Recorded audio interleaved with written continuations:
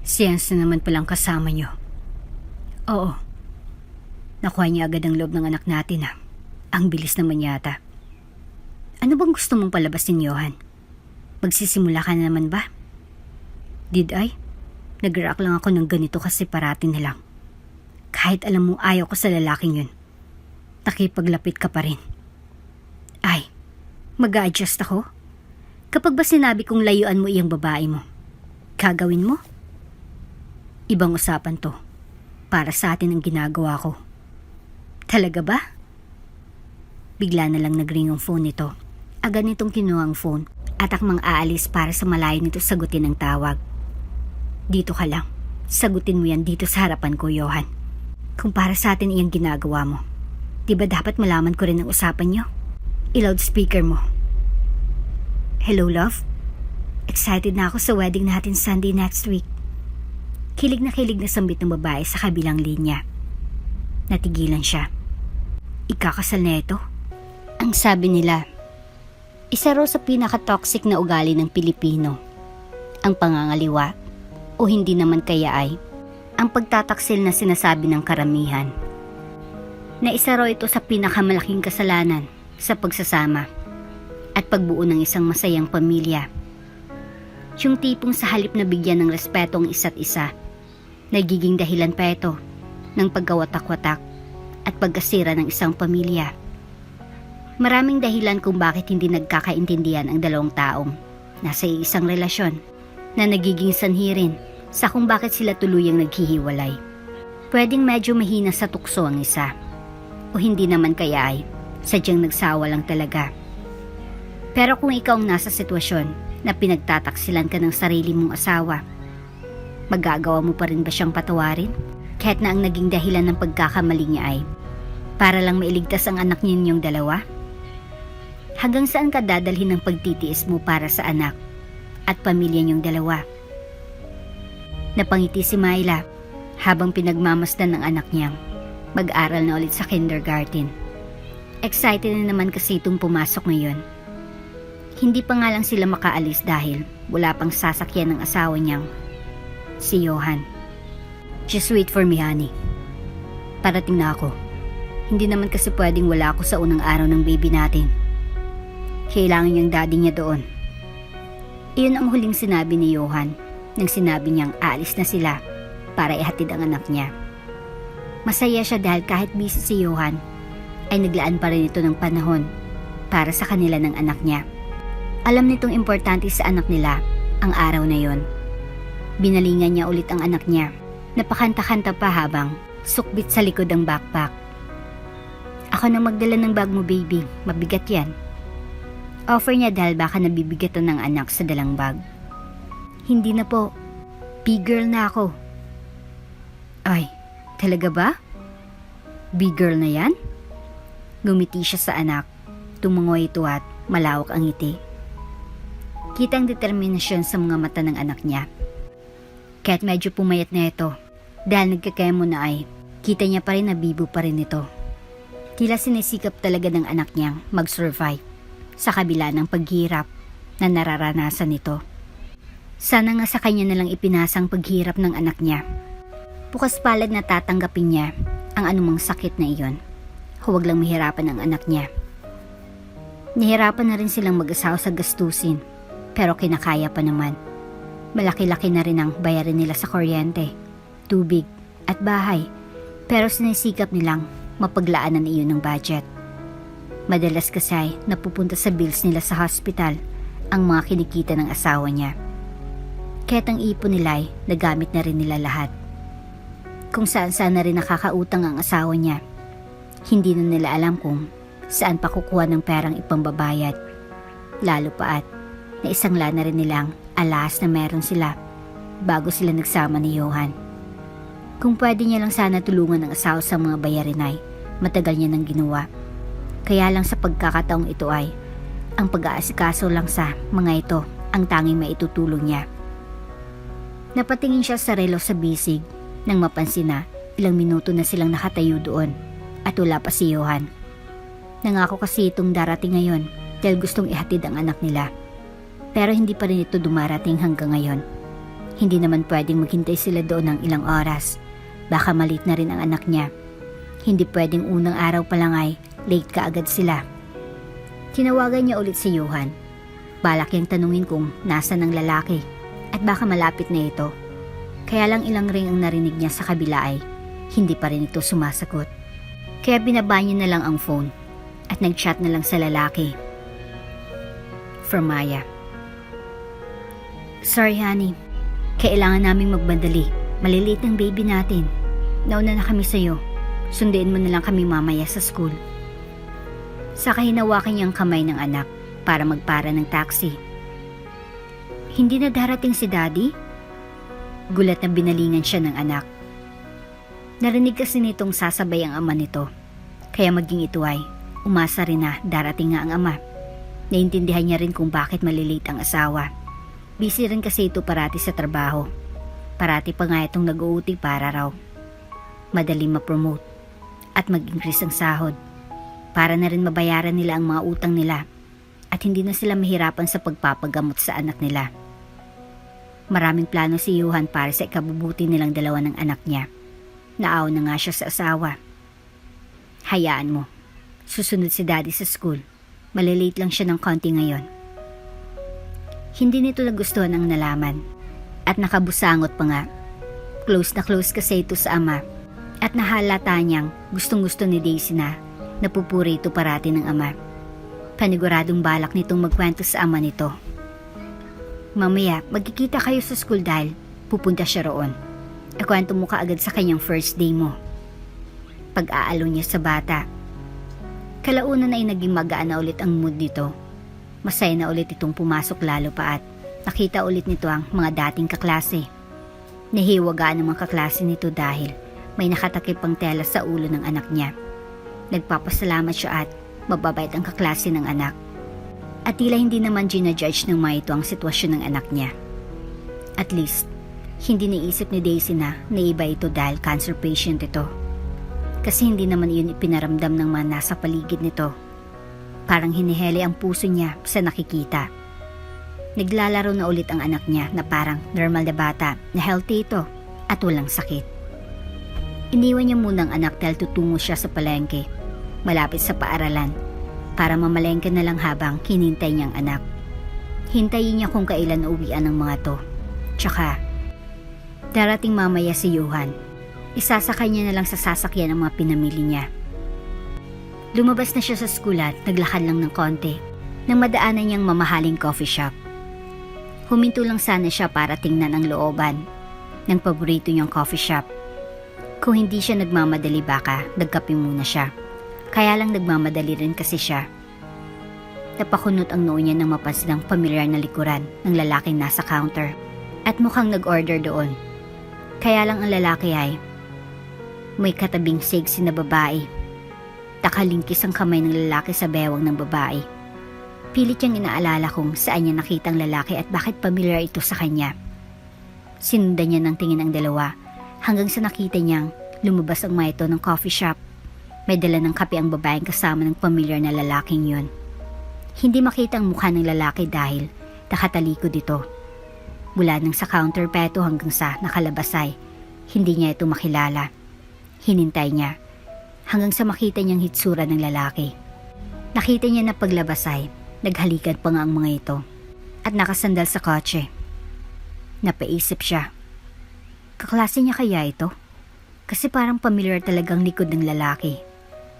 Hanggang sa humarap ito, dahilan para muntik na siyang matumba. Ang lalaking yun, hindi niya kakilala lang o kaklase o kaibigan, kundi itong asawa niyang si Johan. Sinabi nito kaninang darating at susundin sila ng anak niya, pero hindi ito kaagad nakarating. Tapos makikita niya ito dito sa labas ng coffee shop na may kahalikang ibang babae. May pa-date-date pang nalalaman ng dalawa. Samantalang nasa ganitong sitwasyon sila ng anak nila. Inasayang natagalan ang lalaki dahil busy ito sa trabaho. Tapos malaman-laman niya pa na hetong asawa niya at nakipagharutan sa mismong harapan niya. Parang pinilipit ang dibdib niya sa sakit. Ilang taon silang nagsama ni Johan. Mataas ang tingin nila ng anak niya sa lalaki. mahal na mahal nila ito. Tapos malaman-laman niya pa na may iba pala itong minamahal. Nagawa pa nitong gawin ang ganitong bagay sa ganitong sitwasyon. Hindi man lang nito naisip ang pamilya nito. Tumulo ang luha niya. Umasa siyang matino ang asawa niya. Umasa siyang sila lang ang mundo ng lalaki. Nasa kanila lang ng anak niya iyon umiikot. Pero ito ang katotohanan. Nasa harapan niya. Taksil ang asawa niya. Nakita niya kung papaano namilog ang mga mata ni Johan nang matanaw siya nito mula sa kinatatayuan niya.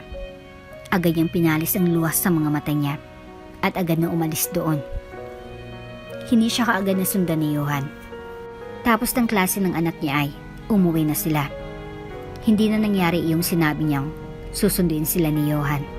Papaano naman kasi sila susunduin nito kung abala ito sa ibang babae? Bakit wala si Daddy? Hindi ba siya darating? Akala ko susunduin niya tayo. Busy ba siya? Hindi niya nasundan ang matanong ng anak.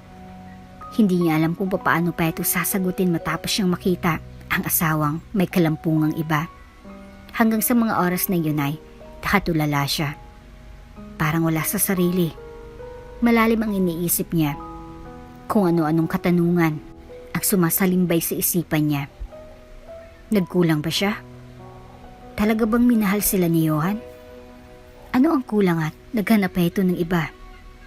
Iiwan na ba sila nito? Kakalimutan na ba sila ng asawa niya? Mag-isa niya na lang bang sasamahan sa laban ng anak niya?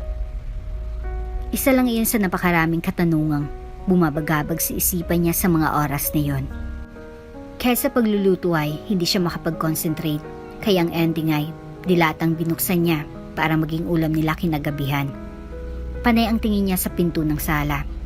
Gusto niyang umiyak ng umiyak pero hindi niya magawa, lalo na sa harapan niyang anak niya. Hindi niya kayang makita ng bata kung gaano siya kamiserable ngayon.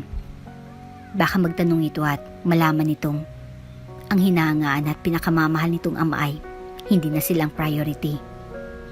Ang masakit pa ay kahit nakita na nito kanina na nakita niyang lahat ay talagang hindi ito sumunod agad para magpaliwanag sa kanya.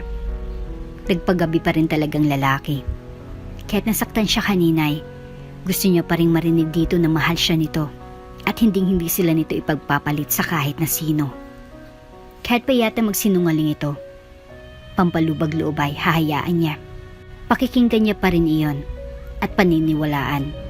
Hindi niya lang napaghandaan ito at hindi talaga matanggap agad. Gulat na gulat pa siya. Hindi niya inaasahang sa isang kisap mata ay biglang may iba na ito. Hindi siya nakatulog. Sino man kasing makakatulog sa ganitong sitwasyon? Nasa banyo siya at naghilamos nang pumasok si Johan. Nagkatinginan silang dalawa.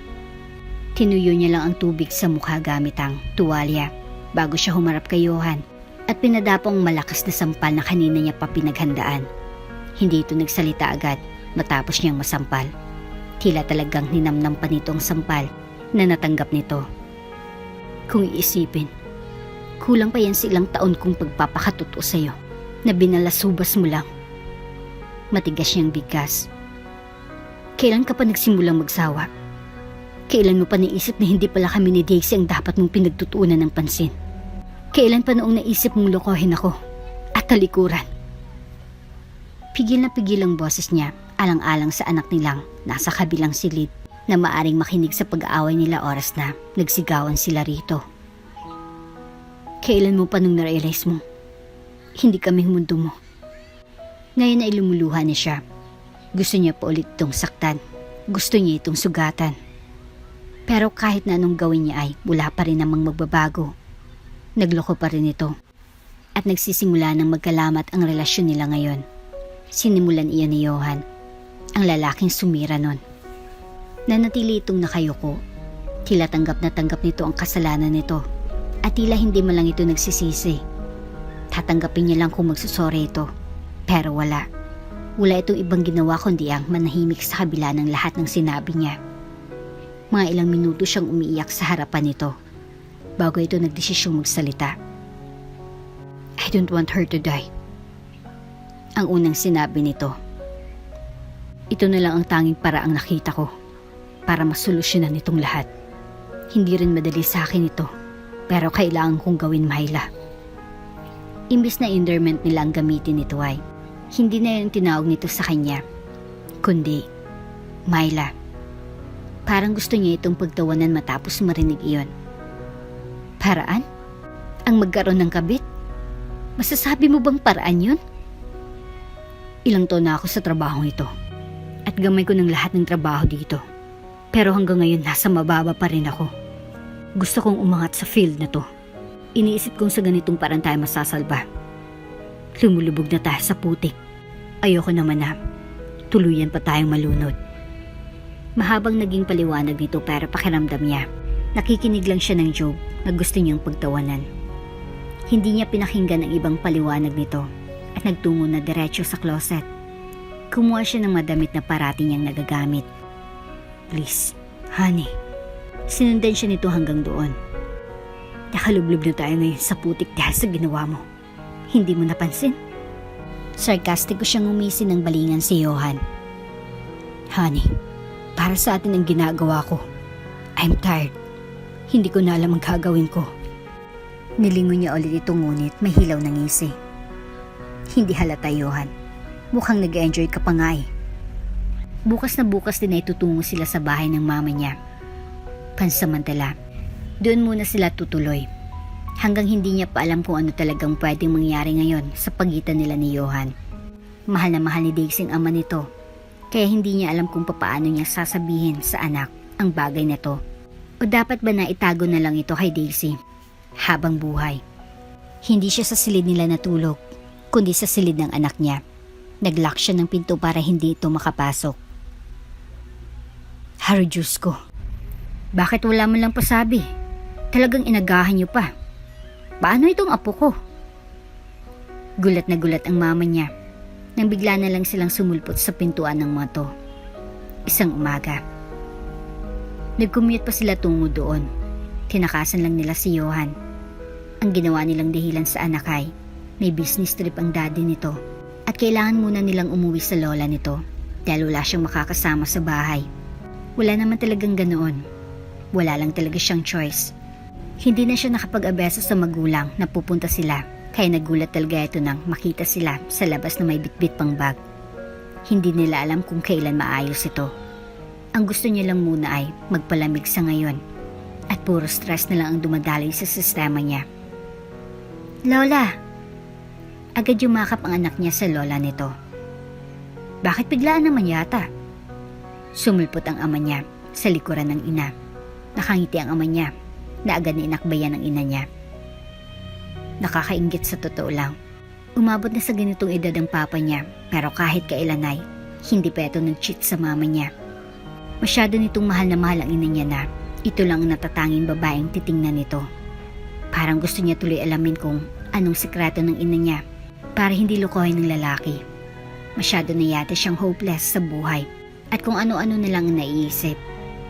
Ngumiti siya sa mga ito pero tipid. Namiss lang namin kayo.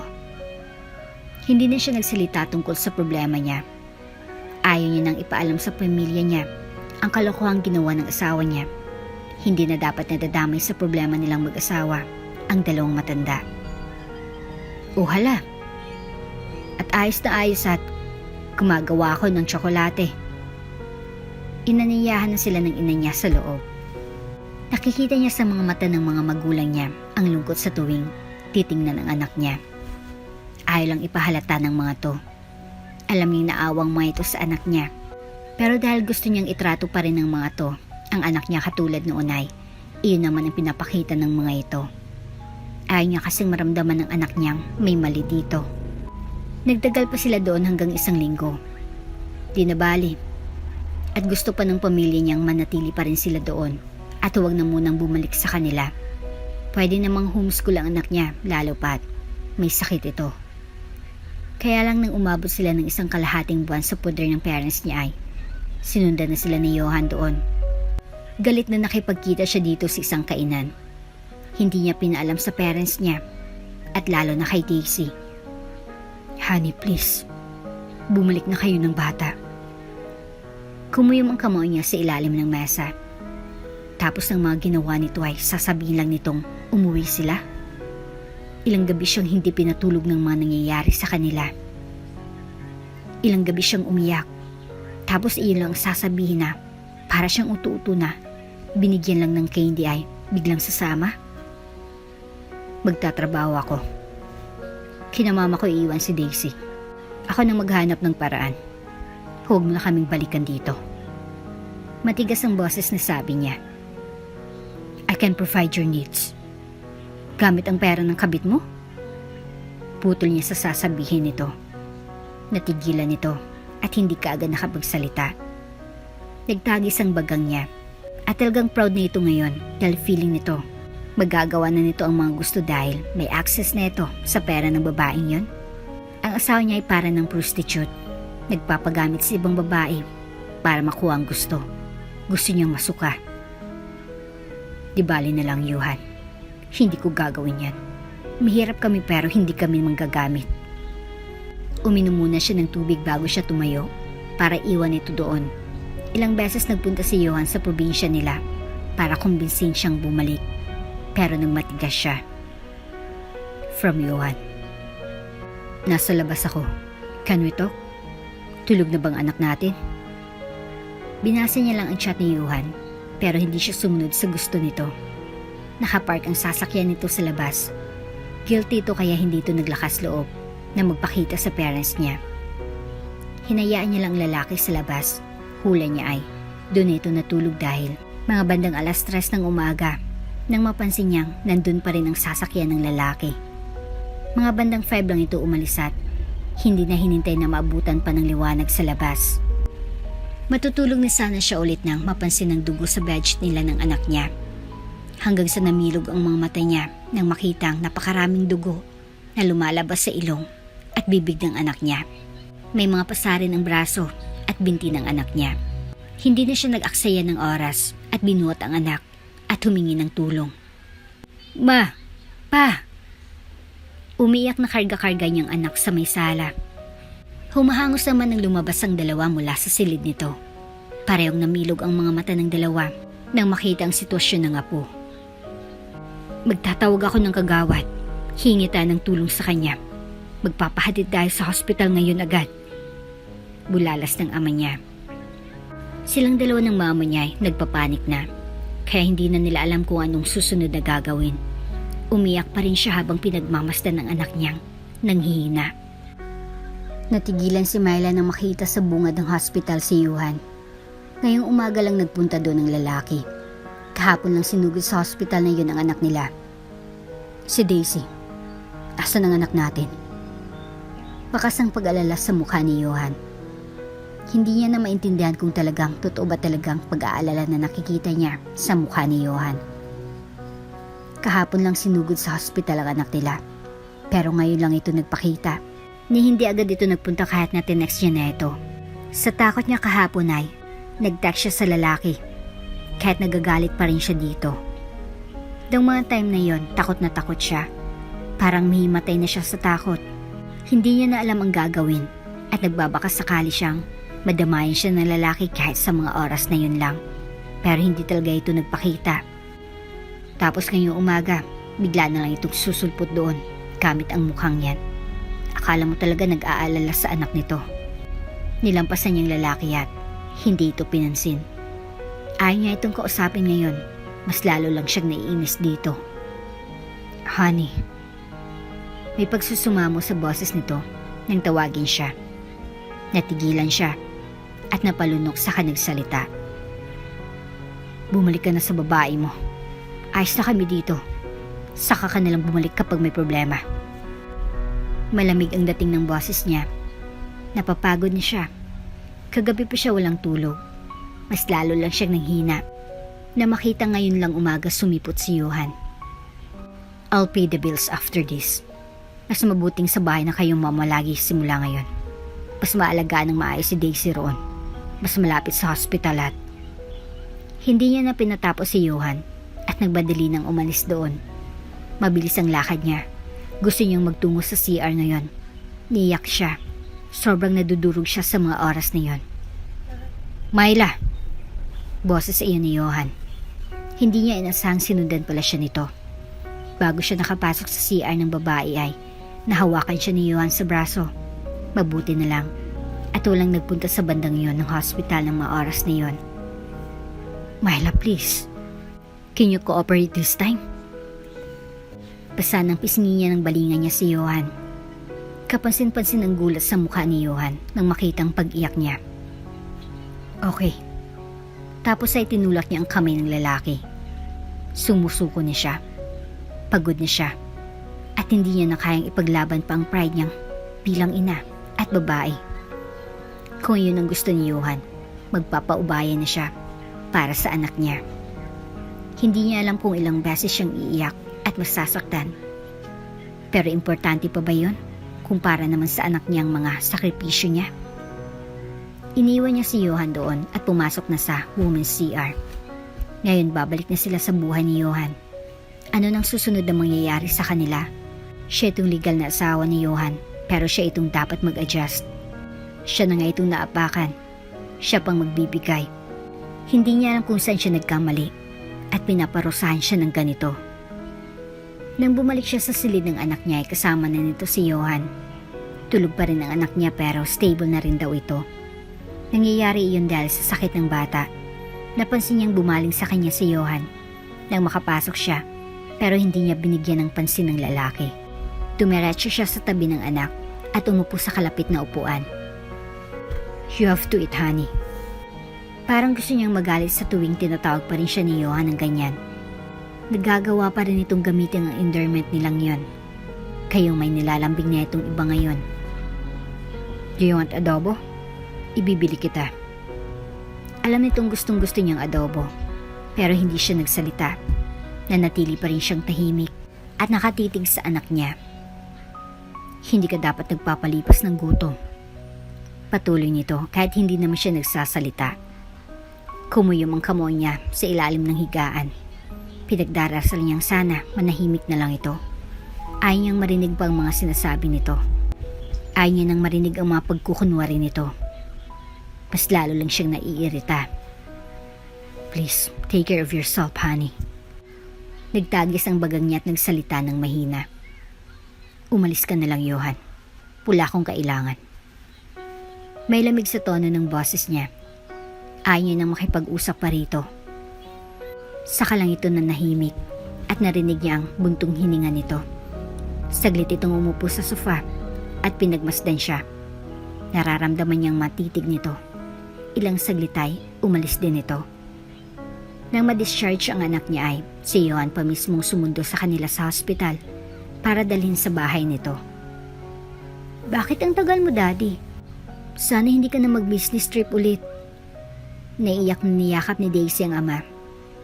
Nagkatinginan sila ni Johan pero hindi siya nagsalita. Mukhang wala na rin namang balak umamin si Johan tungkol sa bagay na yon. Sabihin nito at paniguradong malalaman ng anak nito ang kalokohan nito. Bulalas ng isipan niya. Oo, pasensya ka na. Kailangan ni Daddy puntahan iyon eh. Anito tapos sinulyapan na naman siya. Napaingo siya. Talagang pinatulan nito ang kasinungalingan niya. Magaling naman ito magsinungaling eh. Kaya hindi na ito mahirap dito. Magsisimba ba tayo next day? Gusto kong mag-pray kay God. Sana paggilingin niya na ako. Ngumuso si Daisy.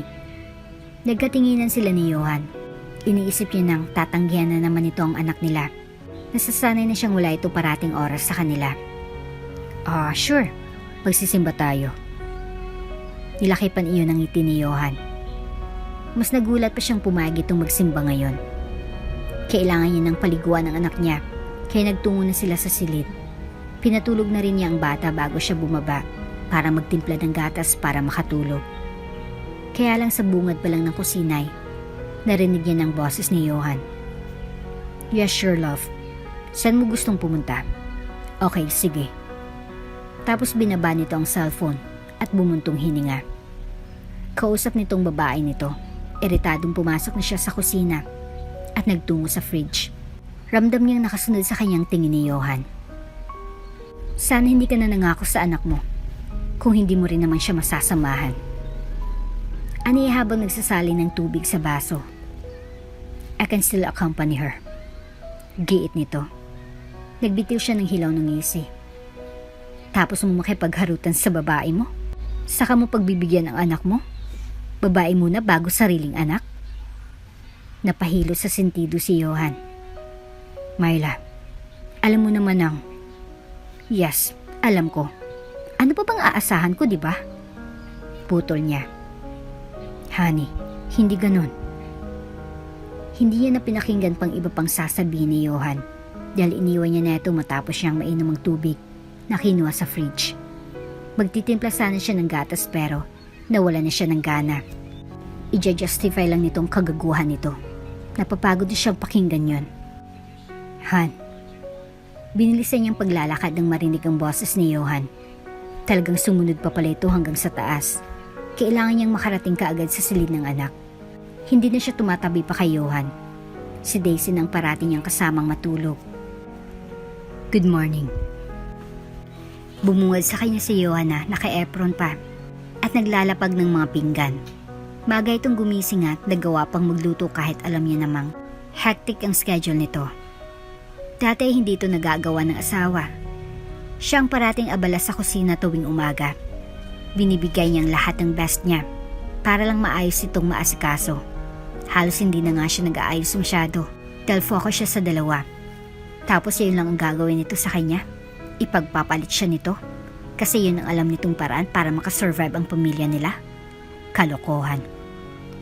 Uminit ang ulo niya sa mabumuhos ng mga alaala. Shardy-san. Mabilis na naglapag si Johan ng isang piraso ng adobo sa plato niya. Tiningnan niya lang iyon at sinubuan niya si Daisy. Tuwang-tuwa naman ang anak niya habang kumakain. Siyempre, niluto ng ama nito na himala lang kung magkaroon ng time sa kanila. Han, masarap. Try mo kahit isang kagat lang. Pagkumbinsi ni Johan pero binaliwala niya lang. Mami, subukan mo raw. Masarap nga ito. Git naman ng anak niya. Ngumiti siya sa anak. Mamaya after kita subuan. Ngumuso si Daisy. Kaya ko naman eh. Big girl na ako. Alanganin na sumulyap siya kay Johan. Bakas ang malaking ngiti sa labi ni Johan. Nang magkatinginan sila. Hindi na siya makakatanggi dahil sa anak niya. Kaya kumuha siya ng serving spoon para tumikim ng adobo. Konting-konti lang ang tinikman niya para lang makita ng anak niyang kumakain siya. Oh, di ba mami? Ani Daisy na malako ang ngiti ngayon. Tipid ang ngiti na sinukli niya sa anak at tumango-tango. Masarap naman talaga. Kaya lang wala talaga siyang gana na kumain nun. Lalo na kung galit kay Johan. I'm glad you like it. Ani Johan nang magkatinginan sila. Tahimik siya at hindi na sinuklian ng kung ano pang sinabi ni Johan. Masarap lang yon pero hindi niya gusto. Pwede mo ba akong samahan mag-drawing ngayon sa pool, Daddy? Napatingin siya sa anak nang sabihin yon. Ang alam niya may pasok si Johan. Papunta na nga yata ito sa office ngayon eh. Daisy anak. Sinulyapan niya si Johan matapos magsalita sa anak. Kahit naman hindi maganda ang relasyon nilang dalawa ng ama nito ay hindi naman nila ugaling mag-take advantage. Yes baby. Sige, mag-drawing tayo doon sa pool ngayon. Natigilan na lang siya nang sabihin iyon ni Johan. Alam niya kasi, top priority talaga ni Johan ang trabaho nito. Kaya nga mas pinili nitong makipagrelasyon sa babaeng iyon dahil sa trabahong iyon. Kunyari para sa kanila ng anak. Pero talagang para lang naman sa pride nito iyon at sa pera. Nagpapaalipin na masyado si Johan sa trabaho nito. At kahit sila, kaya nang ipagpalit doon. Sarcastic kong binalingan niya si Johan. Talaga lang ha. Bumulong siya pero mukhang narinig yun ni Johan dahil nakita niyang nilingon siya nito. Naka-office uniform pang lalaki habang kasama si Daisy sa may pool. Talagang pinanindigan nitong sinabi sa anak o dahil ininsulto niya ito kagabi tungkol sa babae nito kaya bumaba ito ngayon sa bata. Linggo ngayon at itong araw na gustong pumunta ni Daisy sa simbahan. Nakakairita lang isipin na halatang napipilitan lang si Johan na samahan sila ngayon. Kanina pa ito pa na-check sa relo nito kahit nasa loob ng simbahan nag-check ito ng oras. Pwede ka nang umuwi. Kaya na namin ito nang wala ka. May nang sabi niya kay Johan habang tahimik pang nakapikit si Daisy at nakataon ng atensyon sa pagdarasal. Napalunok si Johan. Sasamahan ko kayo. Parang gusto niyang matawa. Nasa loob ka ng simbahan, nagsisinungaling ka pa rin. Alam kong kating-kati ka nang lumipad tungo sa tabi ng babae mo. Kaya umalis ka na. Marinig ka ng bata. Sita nito sa kanya. Bahagya siyang natawa. Wala yung kaamor-amor dahil mas nanaig ang galit niya sa mga oras na yon. Talagang natakot pa itong malaman ng anak niya ang kalokohan niya. Ni hindi ito natatakot na saktan siya. Talaga naman, Johan. Mahinang sambit niya at napapailing. Talagang hindi umalis si Johan sa tabi nila hanggang sa matapos ang mass. Sinamahan pa sila nito sa mall para kumain. Kaya lang nagyaya mag-CR ang anak niya, kaya sinamahan niya habang si Johan ay nasa labas. Matapos ng anak niya ay lumabas na rin siya. Nauna siya sa daan kaya mas nauna siya sa entrada ng CR. At mas nauna niya ring narinig ang mga sinabi ni Johan sa kausap sa phone. Love, I'm sorry kung singsing ko lang na ibigay ko sa'yo. Dapat talaga bumili ako ng para sa'yo lang. Pero kahit naman ganun, pakakasalan pa rin kita sa kahit saang simbahan.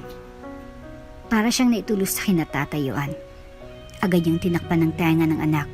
Hindi dapat marinig ng anak niyang kababuyan ng ama nito.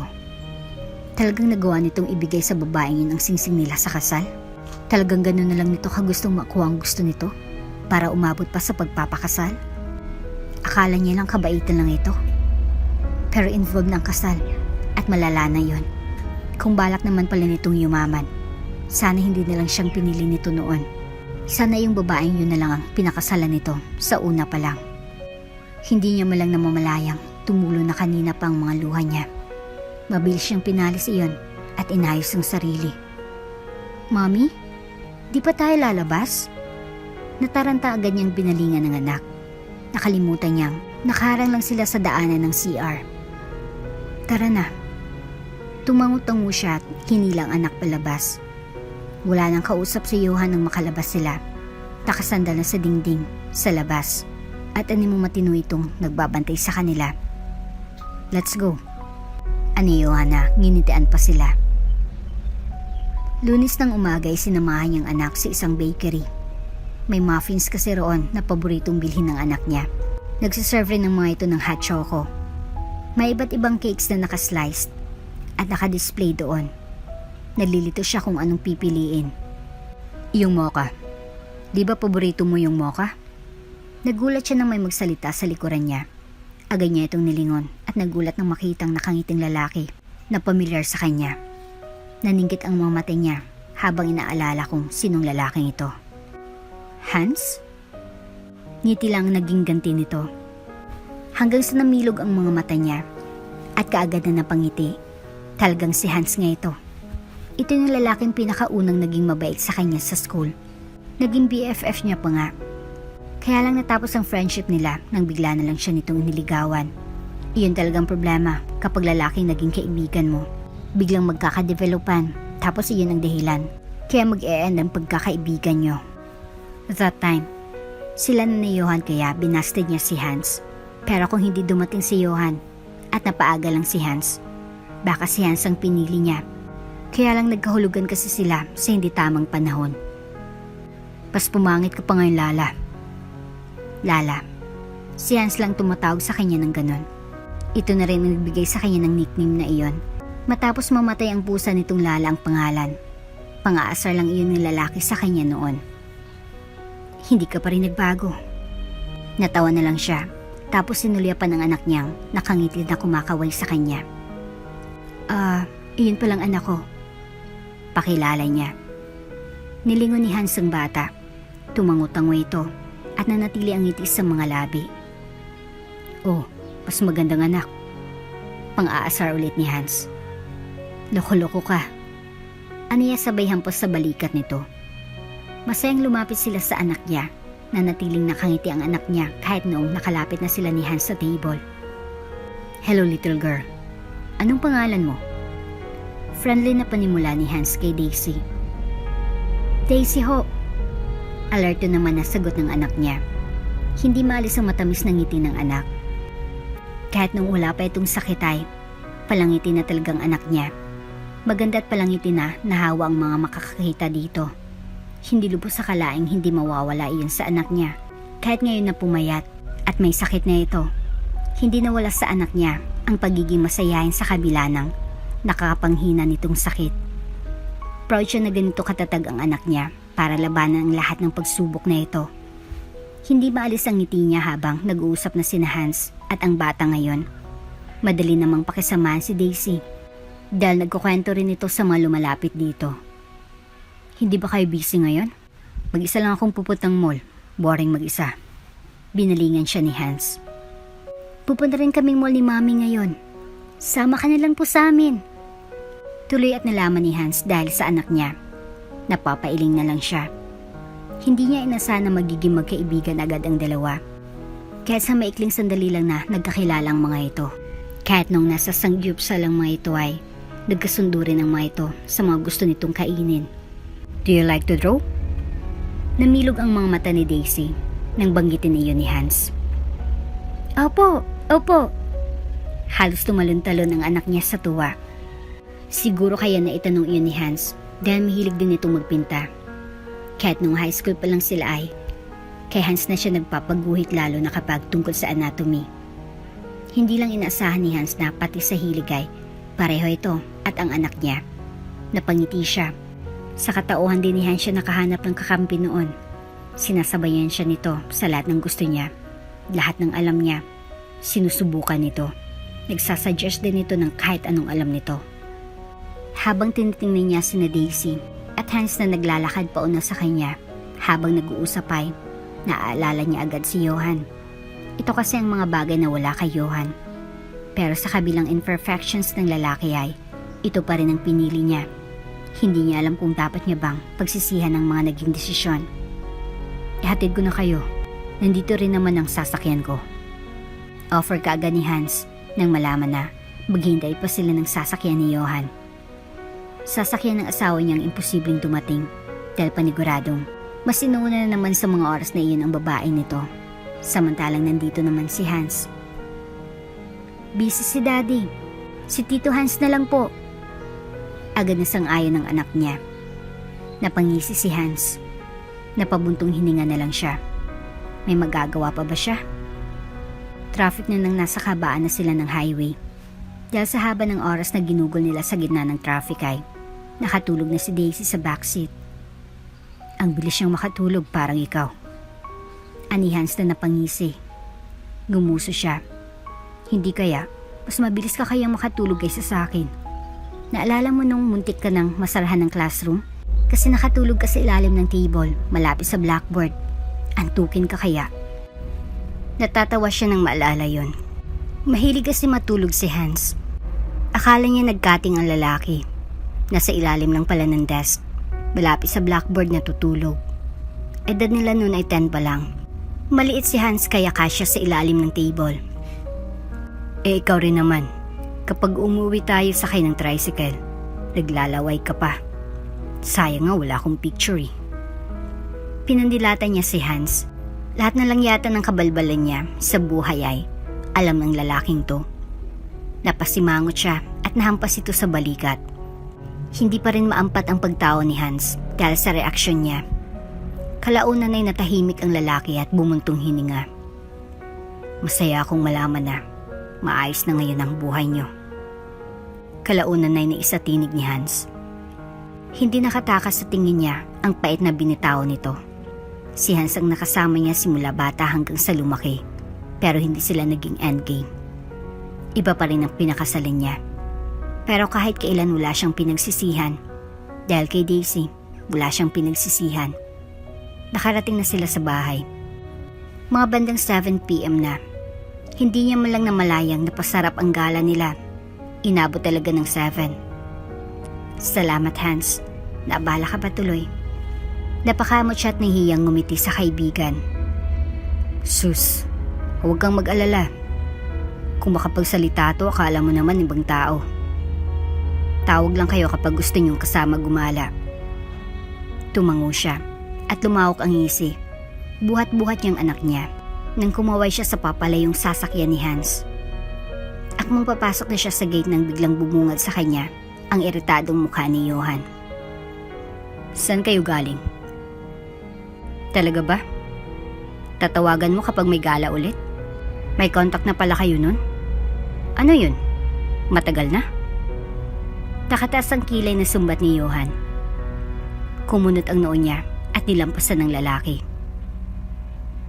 Ano bang pinagsasabi mo? Kaya ba wala ka ng ganang kaharap ako? Kasi yun ang bago mo? Kailan pa ha? Sumunod pa rin ito hanggang sa silid nila ng anak niya. Nilapag niya munang anak niya at kinumutan.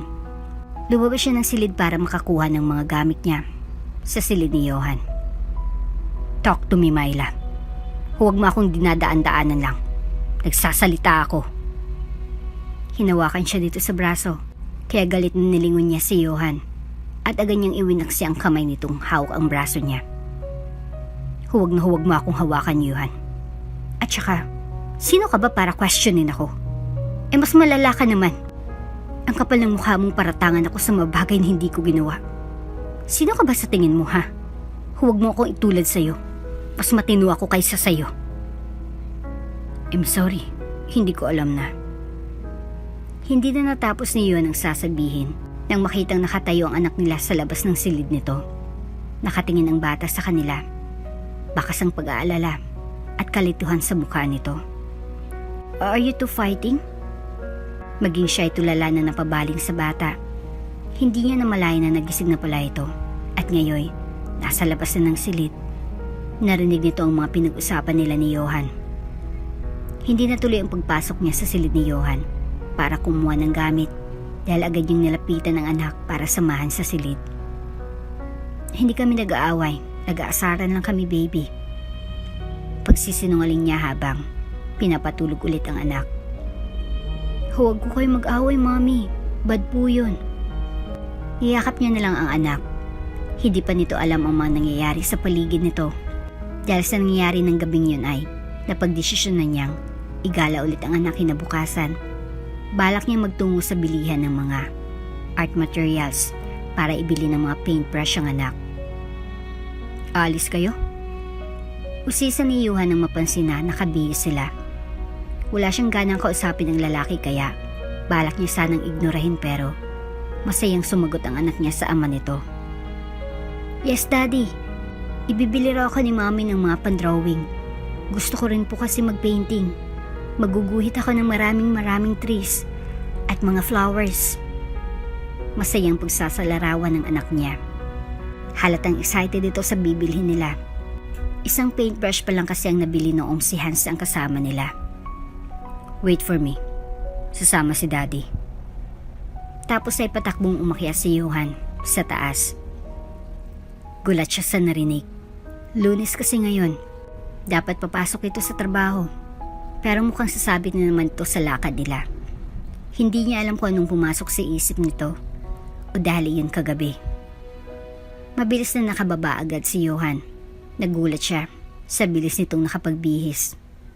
Halatang gustong-gusto talaga sumama. Han, sa front seat ka na. Anito nang akmang uupo siya sa likuran. Walang emosyon ang mukha niya nang magsalita. Walang kasama si Daisy. Tapos ay hindi na naghintay na makapagsalita pa ito at nagtungo kaagad sa likuran. Kay Daisy siya tumabi. Hindi siya tumingin dito nang umandar ng sasakyan kahit ramdam niya ang sulyap nito. Ito pa mismong sumama sa anak niya para tumingin-tingin sa mga paintbrush. Excited naman ang anak niyang pinakita ang mga coloring books. Ibibili din daw ako ni Daddy ng canvas. Lumawak ang ngiti niya. Talaga? Opo, iyong malalaki raw. Masaya siya sa narinig kay Daisy. Kita niyang kinang sa mga mata ng bata nang mapag-usapan ang tungkol doon. Para siyang hinihiling habang pinakikinggan ang mga sinasabi nito. Tapos gagandahan ko po. Ilalagay ko sa sala natin iyon. Dapat magsimula na ako mag-drawing pag-uwi natin para matapos ka agad. Excited akong ilagay sa sala yun, Mami. Parang kinukurot ang puso niya sa narinig kay Daisy. Agad siyang napadasal na sana Bigyan ng chance ang anak niyang makaligtas mula sa sakit na dinaranas nito. Ilang saglit lang ay naramdaman niya ang pagtulo ng luha niya. Nadala siya sa sayang naramdaman ng anak niya. "Are you happy now, baby? Bibili pa tayo doon." Agad niyang pinunasan ang luwas sa mga mata nang marinig ang boses ni Johan. "But for now, kakain muna tayo." Napansin niyang natigilan si Johan sa pagsasalita. Nang tingnan niya ito ay nalaman niyang nakatingin na pala ito sa kanya. "Are you okay, Han?" Sumingot siya at inayos ang sarili. "Ayos lang." Agad siyang tumingin-tingin sa paligid para hindi mapansin ng mga kasama ang pagmumugto ng mga mata niya. Kung bakit kasi bigla na lang siyang naiyak. "Okay, kakain na muna tayo. Saan niyo gusto? Gusto mo ba sa fast food?" Mabilis namang nakasagot ng oo ang anak niya.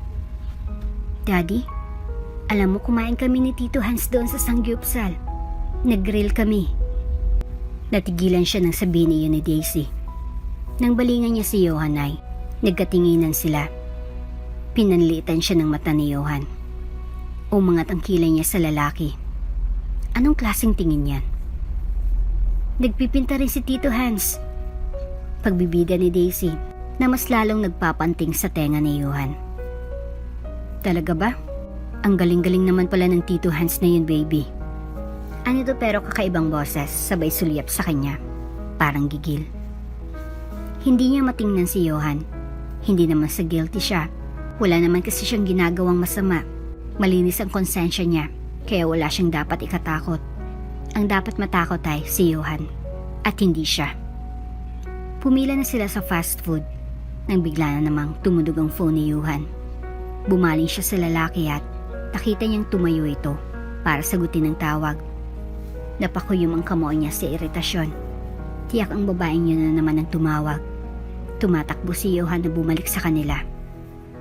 "Baby, babawi ako next time. Emergency lang." Tapos bigla na lang umalis si Johan. Galit ang nakabalatay sa mga mata niya nang magkatinginan sila ng asawa niya. Tiningnan lang siya ng lalaki tapos dali-dali nang umalis. "Saan pupunta si Daddy?" Nag-aalala at nalilito si Daisy nang sundan ng tingin ng ama. May emergency. Baka sa trabaho, anak." Pagsisinungaling niya kahit alam niya kung saan. Tapos nila sa fast food ay umalis na rin sila.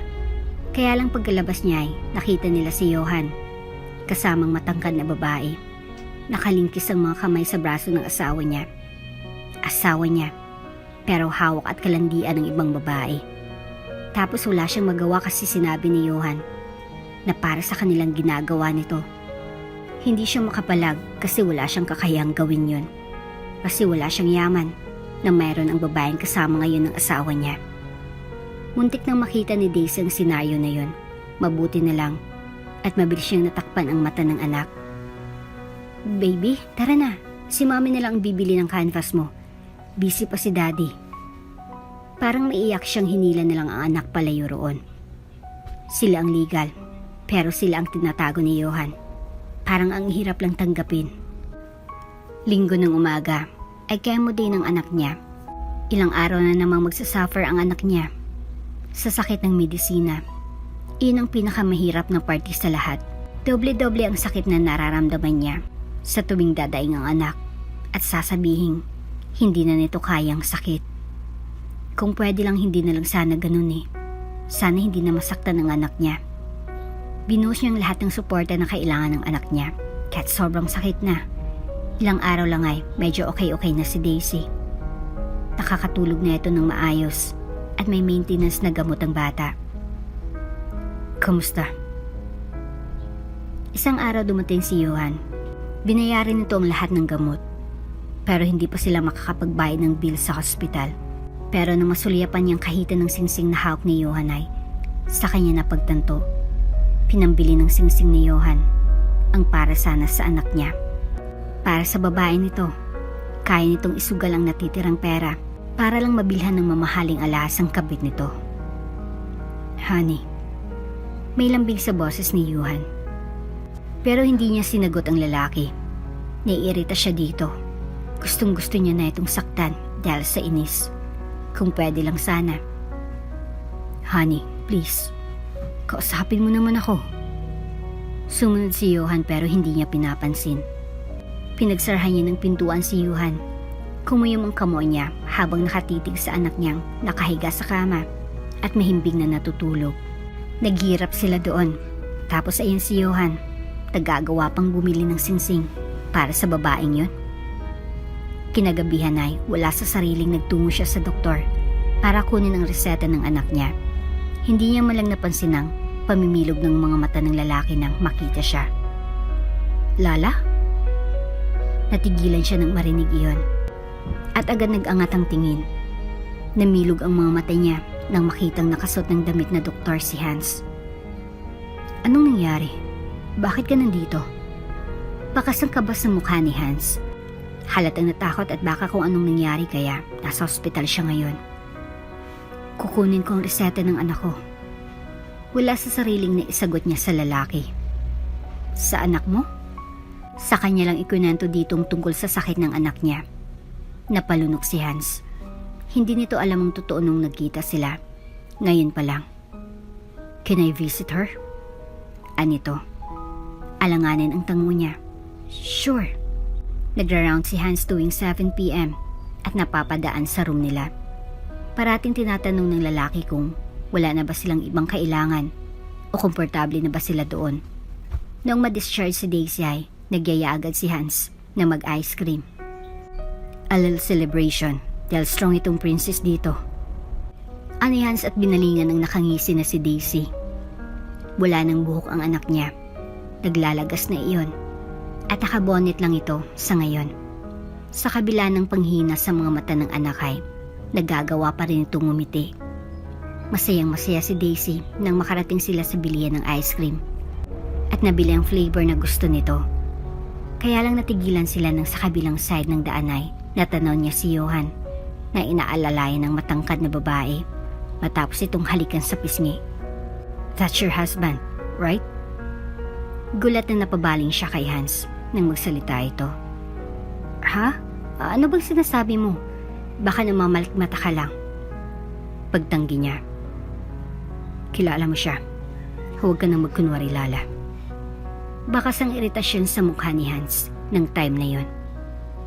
Hindi ko maintindihan kung bakit nagbubulag-bulagan ka pa. Kailan niya iyan ginawa? Matagal na ba? Hindi siya kaagad nakapagsalita. Binalingan niya si Daisy na enjoy habang walang pakialam sa paligid. Nagpapasalamat siyang hindi nakitang ama nito. Oo, may kabit nga siya. Pag-amin niya. Kita ang pagkuyom ng kamao ni Hans sa ibabaw ng lamesa. Ginagago ka na.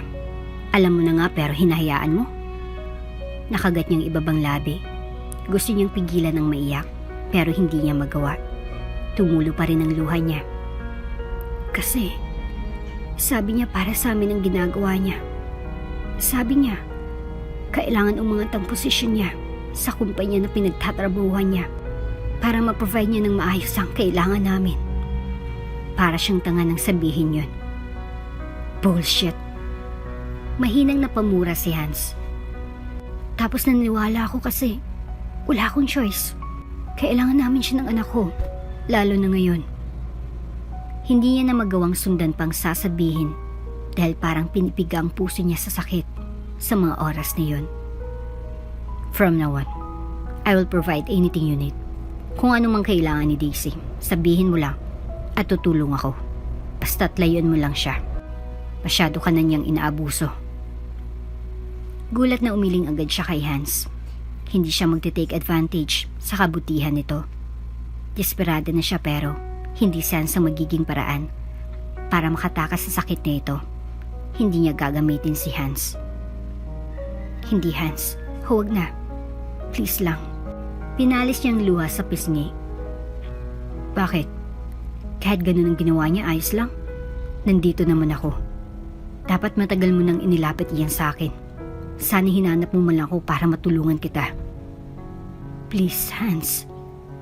Ulit niya sa pangungulit ng lalaki. Hindi pa pasanin ni Hans ang responsibilidad ni Johan. Responsibilidad ni Johan ang anak nila. Responsibilidad nito ang lahat ng kailangan nila at hindi ang ibang tao ang magpo-provide nun. Hindi siya papayag. Tito, pasok ka po. Nandiyan ang daddy ko sa loob. Pakilala kita kay daddy. Nakangisi po si Daisy habang binababa ni Hans gamit ang wheelchair. Hapon na nang makauwi sila. Talagang sinamahan kasi nila si Daisy na maglibot hanggang sa mapagod ng bata. Kalalabas lang nito sa ospital kaya hindi nila pinayagan na magtagal sa labas. Napansin niyang nag-ibang aura ng mukha ni Hans nang marinig kay Daisy ang tungkol sa ama nito. Sure, ani Hans na nakangiti pero tipid lang iyon. Dahil na rin sa paanyaya ni Daisy ay pinaunlakan na rin yun ng binata. Kahit hindi siya komportable sa presensya ni Hans sa bahay. Kung sana hindi lang nito nalaman ang tungkol sa kalokohan ni Johan ay baka ayos lang na nandito si Hans. Kaya lang alam na nito kaya mas lalo siyang nababalisa. Gusto mong pagtimpla kita ng kape? Offer niya sa lalaki. Sige, salamat.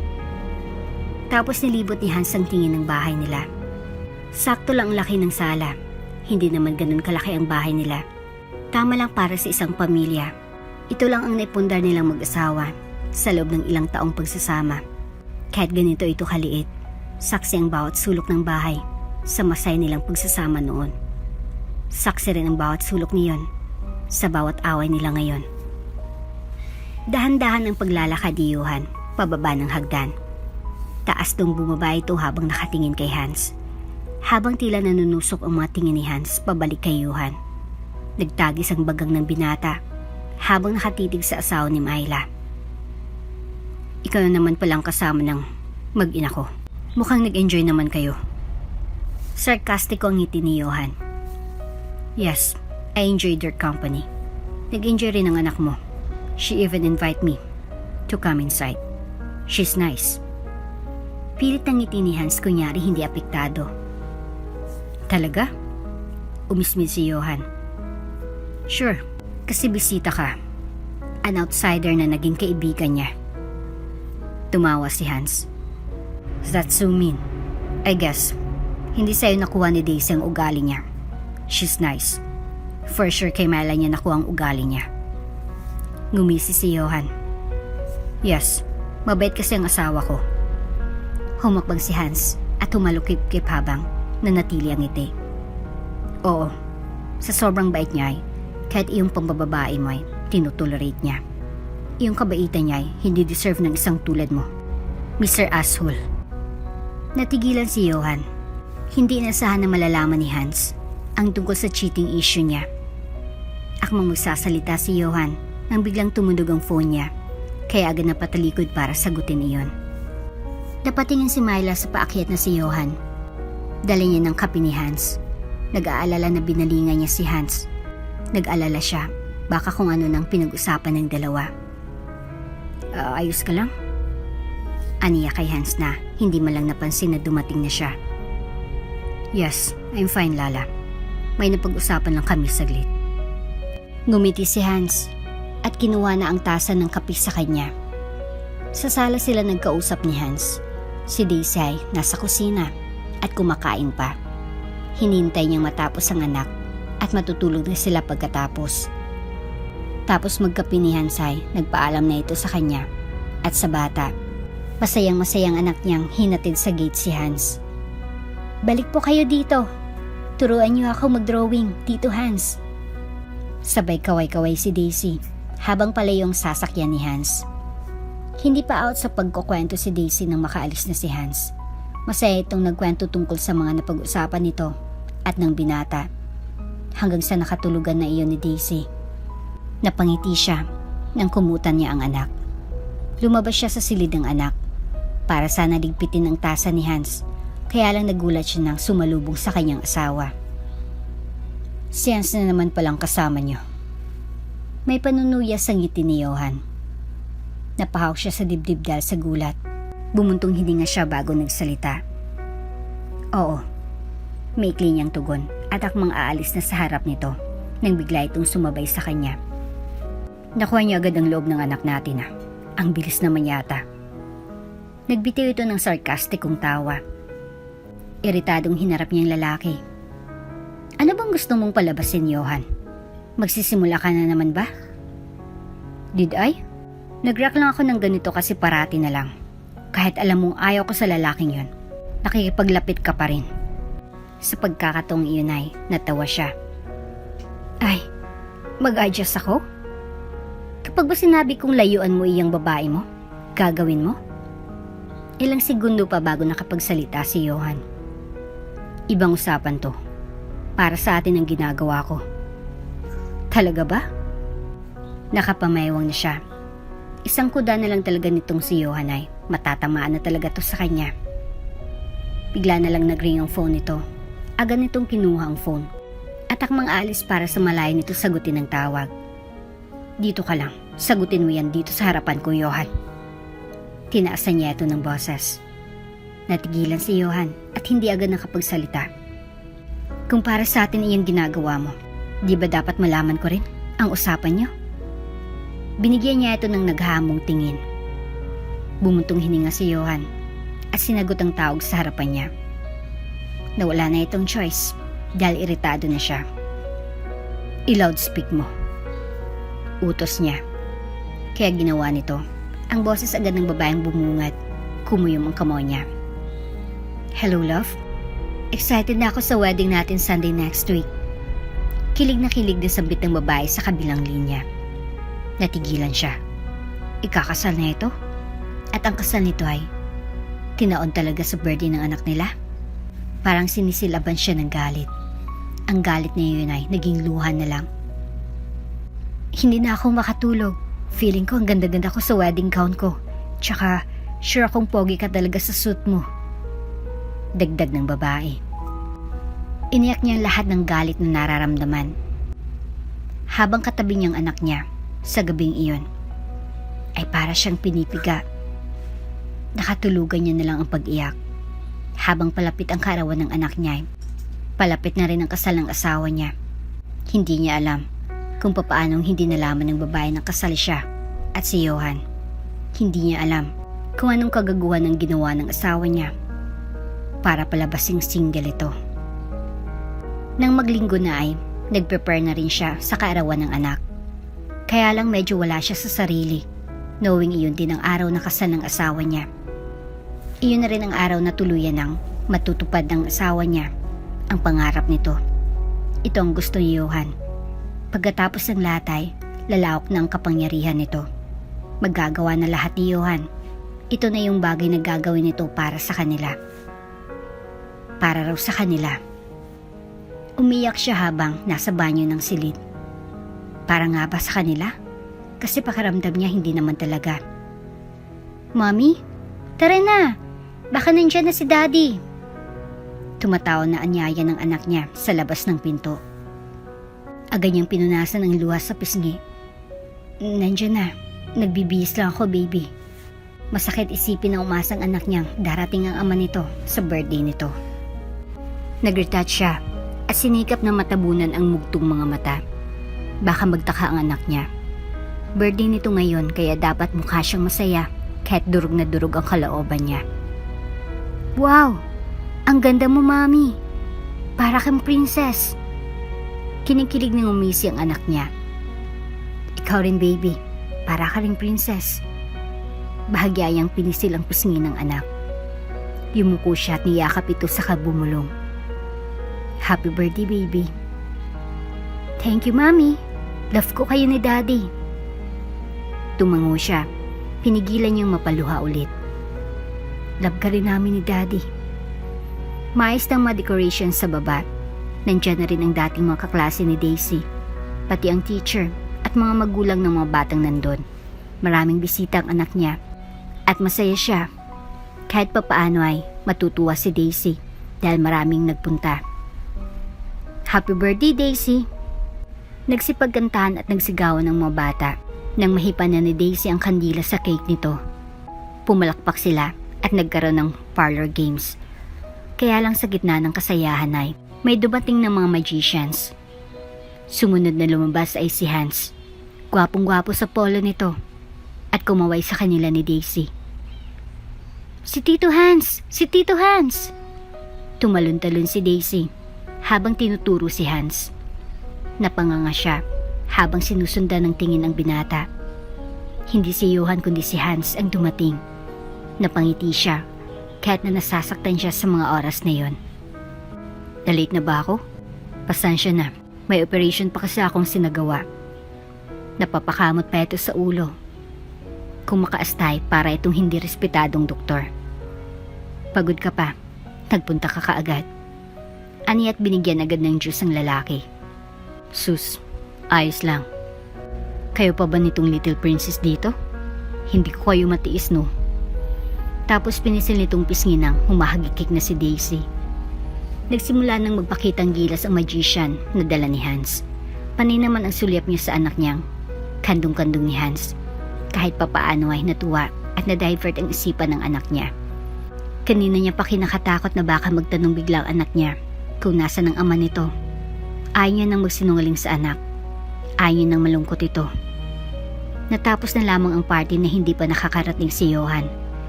Gumagabi na at kanina pa nagsiuwian ng mga bisita. Pagod naman ang bata kaya agad itong nakatulog pagka-uwi ng mga bisita. Nakakapagod palang makisali sa kanila. Dapat magkaanak na ako ng maaga para kaya ko pa silang habulin nang hindi nagreklamo sa reyuma. Tumataong bulalas ni Hans. Natawa na lang siya. Pagod na pagod ito kanina habang nakikisali sa palaro ng mga bata. Myla. Pareho silang napalingon sa entrada ng bahay nang marinig ang malakas na boses na yun. Si Johan iyon, malalaki ang hakbang na papalapit sa kanila. Ang direksyon ng lalaki ay patungo kay Hans. Sa isang kisap matay, tumamang kamao ni Johan sa mukha ni Hans. Agad na natumbang huli na agad niyang nilapitan dahil balak pang undayan ulit ni Johan ng suntok kahit nakadapa na yung isa. Johan, ano ba? Agad siyang tumayo at tinulak ng malakas si Johan. Napaatras ang asawa niya at gulat na gulat sa ginawa niya. Honey. Tulala na sambit ni Johan. Bakit nagpunta ka pa dito? Kung gulo ang pinunta mo dito, huwag ka nalang umuwi. Doon ka na magstay sa asawa mo. Akmang lalapitan siya ni Johan pero umatras siya at tinulungan si Hans na tumayo. I just came here to celebrate my daughter's birthday. Umaasa akong makakaabot pa ako. And then I saw you together. Nagtatawanan na parang ang saya-saya nyo kahit wala ako. Nanghina ang boses nito. Napaingo siya at parang gustong matawa. Ngunit sa oras na yon ay may luha ng mga mata niya. Siya na ba ngayon ang papalit sa akin?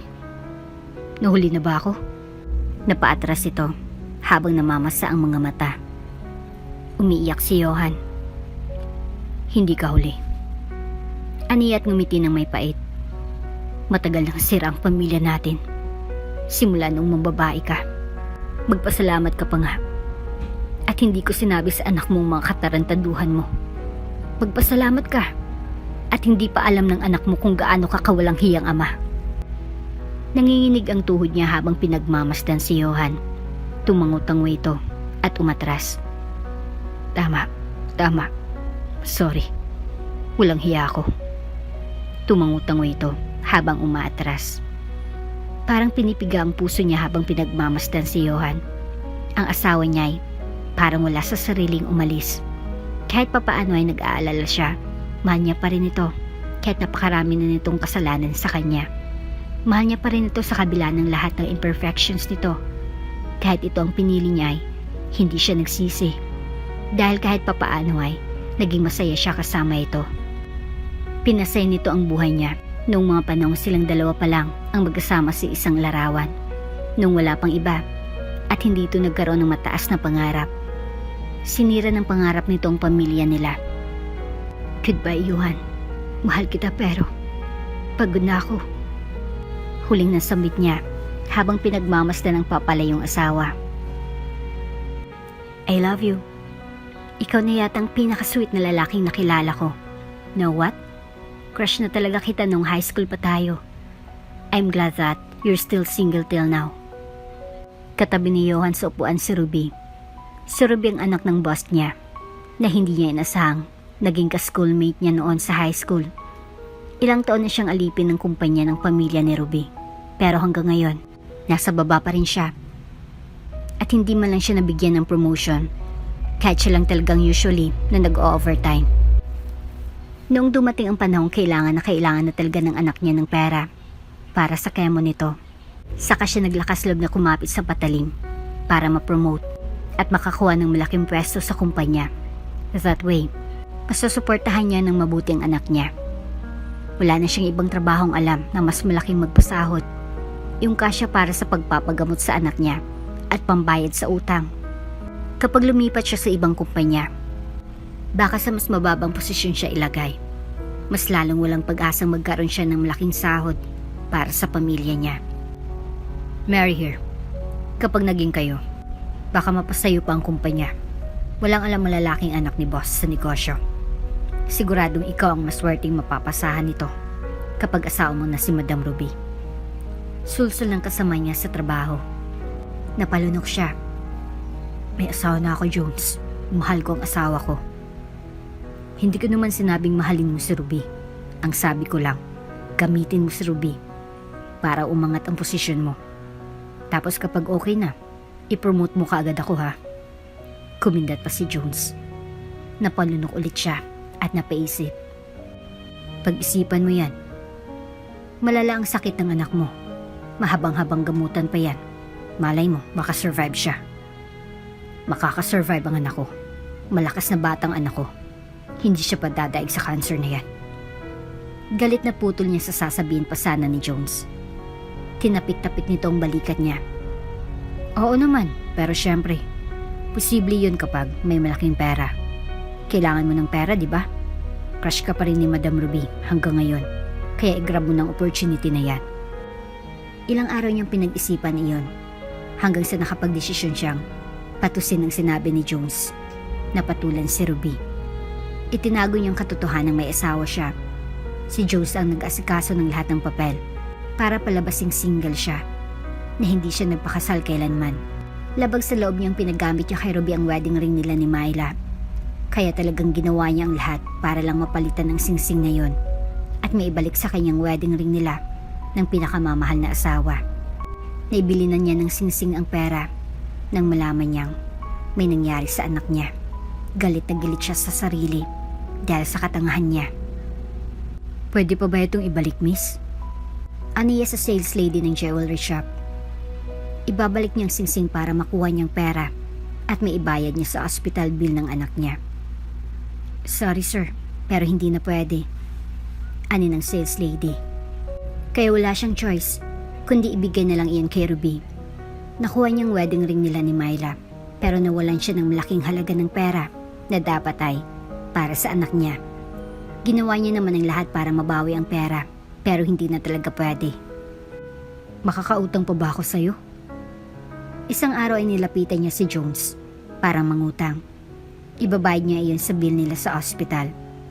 Kahit konting halaga lang ay ayos na siya. Di na baling madagdagan ng utang niya. Ang importante ay makalabas kaagad ang anak sa hospital. Alam niya hindi gusto ni Daisy ang amoy ng hospital.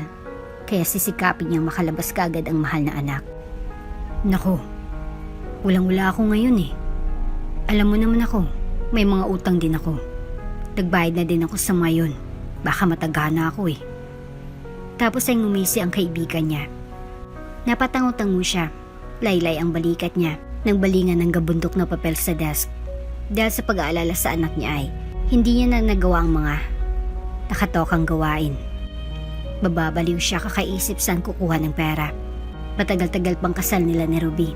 Wala pa siyang karapatang makakuha ng pera sa babae. Nung kasal nila ay buong event, tulala siya. Gusto niya nang umiyak habang kinakausap ni Ruby ang mabisita sa reception. Gustong-gusto niya nang tumakas para makapunta kaagad sa birthday ng anak niya. Halos magmakaawa siya para lang i-move ni Ruby ang kasal sa ibang petsa. I like this day. Meaningful to sa akin, love. Ito ang time na nagkita tayo sa soccer field ng school. Kaya gusto ko talagang ito ang magiging date ng wedding natin. Ito ang dahilan ni Ruby. Ilang beses niyang sinubukang makumbinsi ito, pero hindi naging successful. That night, habang ini-entertain ni Ruby ang mabisita, panay na ang tingin niya sa orasan. Makakaabot pa kaya siya sa birthday ng anak niya? Kumusta na kaya ito? Masaya kaya ito sa birthday nito? Si Myla, kumusta ng asawa niya? Wala siya sa importanteng araw na iyon ng anak niya. Hindi man lang pala nanggaling sa mayamang pamilya. Talagang pumayag si Ernesto na iyan ang mapangasawa ni Ruby. Narinig niya pang bulungan ng mabisita nila sa kasal. Mga kaibigan ng pamilya ni Ruby iyon. Baka buntis kaya nga pumayag na lang. Alam mo naman ang mga kabataan ngayon. Hindi niya napinansin ang mga masasakit na salitang binato ng mga bisitang iyon sa kanya. Kinuha niyang wine glass mula sa waiter at inisang lagok iyon. Hanggang sa nakalimang shot siya. Iyon na lang ang tanging paraan para makatakas siya sa reception at makauwi. Kailangan niyang maabutan ang birthday party ng anak niya. Kailangan niyang makita ang matamis na ngiti ng bata at makita itong masaya habang suot ang maganda nitong damit. Oh gosh love, lasing ka na. Ihatid na kita sa room natin. Biglang sumulpot si Ruby para sana alalayan siya. No love, ayos lang ako. Ako na. Huwag mo nang iwan ang mga bisita natin. Baka magtampo pa. Medyo nagdadalawang isip pa si Ruby na pakinggan siya. Pero kalaunan ay napagdesisyonan nitong tama siya. Kaya agad siyang tumakas at sumakay ng taxi. Pauwi na lang ang perang meron siya. At nagpapasalamat siya. Hanggang sa naabutan niyang nagngingitian si Hans at ang asawa niya. Parang piniga ang puso niya sa sakit. Sa harap niya, nakikita ngayon ang asawang kasamang ibang lalaki. Nagsakripisyo siya. Ginawa niya naman ang lahat para maibigay niya lahat sa pamilya niya. Pero bakit parang siya pa ang mali? Bakit parang siya pa itong parating dihado? Tama. Sorry. Walang hiya ako. Tumango-tango siya. Ang isa sa mas masakit ay tinawag siyang walang hiya ng mismong asawa niya, ng babaeng buong buhay niyang minahal. Mahal na mahal niya ito. Natagos sa buto ang masasamang salitang binitawan nito sa kanya. Ang sakit-sakit. 5 years passed. Love, hindi ka na umuwi. Hindi mo na ako nilalambing. Nagtatampo na ako. Mas mahalaga pa ba sa'yo ang pagpapa-impress sa daddy ko? No need na. Love na love ka pa nga ng dad ko kaysa sa amin eh. Ikaw raw ang key of success niya. Tumatawa si Ruby sa kabilang linya. Nanatiling walang emosyon ang mukha niya habang pinapakinggan ang boses ni Ruby sa kabilang linya. Ilang taon na nga bang dumaan? Nagkaroon ng 3 pang branch ang kumpanya sa loob lang ng 5 taon. Dahil sa malaking ambag niya sa kumpanya ay nagkaroon ng pangalan sa industriya. Ang malit na kumpanyang pinagtatrabahoan niya lang dati. Uwi ako later. Malamig niyang sabi. Oh my, really? Sige. I will cook your favorite food. Adobo, right? Bulalas ng babae. Adobo? That's Myla's favorite. Kinakain niya lang parati ang putahe na iyon dahil naalala niyang mag-ina niya para ma-divert ang attention niya at hindi parating problemahin ang pagkawala ng pamilya niya ay sinubsob niya ang sarili sa trabaho. Halos gawin niya ng bahay ang kumpanya. Hindi na siya nakakauwi parati at parating naghihingi si Ruby ng time. Pinhawakan niya na kay Ruby ang black card niya para hindi na ito magreklamo pa at magdemand ng time niya. Buy whatever you want. Matapos siyang ibigay ang black card niya. Mas gusto ko ang time mo. I don't need money, love. Please. Hindi mapapantay ng mga signatures bags na yan ang time mo sa akin. Kaya please. Tapos nagpapi-ay si Ruby. Niirita na rin siya sa kakulitan ng babae. Ang sekretary niya lang ang inuutusan niyang magpunta sa bahay para kumuha ng mga gamit niya. Hello sir, nandito si Mr. Harvey. Gusto niyang umakyat dyan. Paakyatin ko ba? Habang nasa office siya ay biglang tumawag ang nasa front desk. Ha? Talagang kailangan pang magpaalam? You bitch. Anak ako ng may-ari ng kumpanyang ito. Iyang Yuhan na yan. Trabahante at linta lang iyang isang yan. Naging asawa niya lang ang ate ko pero hindi siya magiging may-ari ng kumpanyang to. Ako pa rin magmamana nito. At kapag ako nang umupo, tatanggalin ko kayo. Tandaan niyo yan. Naririnig niya pang pagmamayabang ni Kino sa kabilang linya. Itong bunsong anak ng mga Harvey, bunsong kapatid ni Ruby.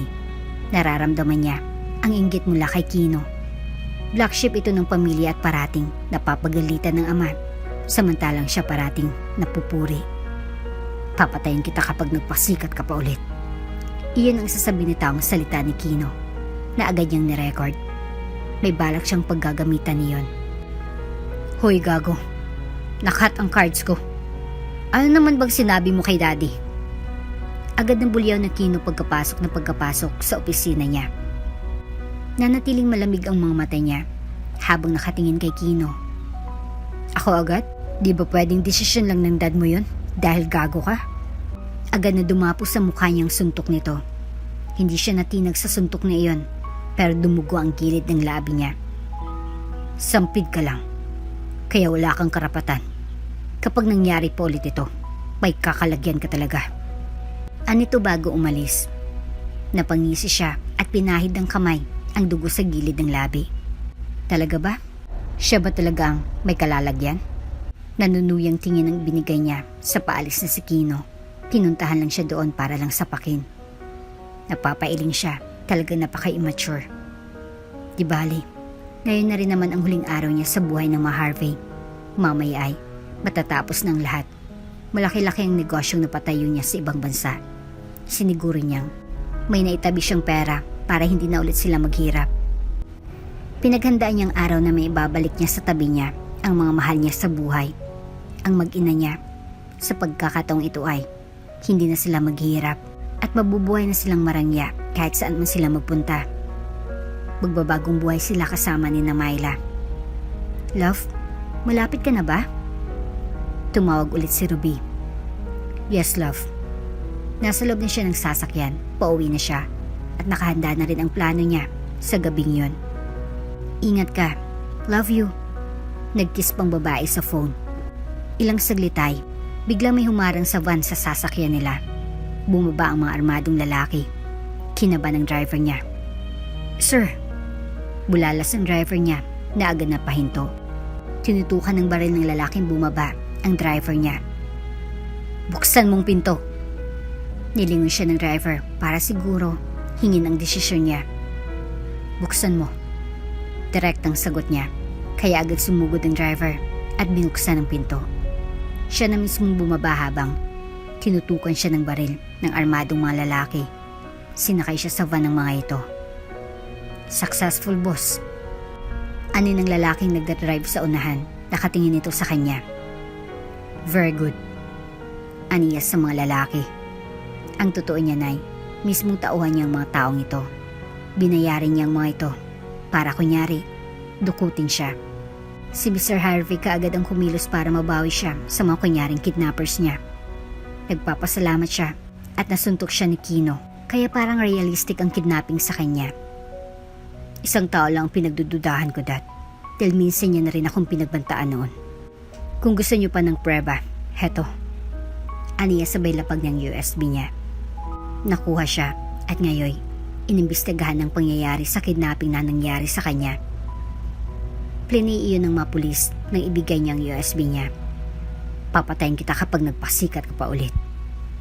Umalingawa ang malakas na boses ni Kino sa video. Galit na nilingon ni Mr. Harvey ang tauhan. Call that bastard immediately. Umiling-iling siya kay Mr. Harvey. Kahit anong gawin ko sa pamilyang ito, Dad, masama pa rin ako sa mata nila. Ginawa ko naman ang lahat. I'm so disappointed. I'm sorry. Siguro ito na ang panahon para sumuko. I need an annulment. Namilog ang mga mata ni Mr. Harvey. No, son. I'll make sure na pagbabayarin ko ang sinong may gawa nito. Please, huwag mong hiwalayin ang anak ko. I'm begging you.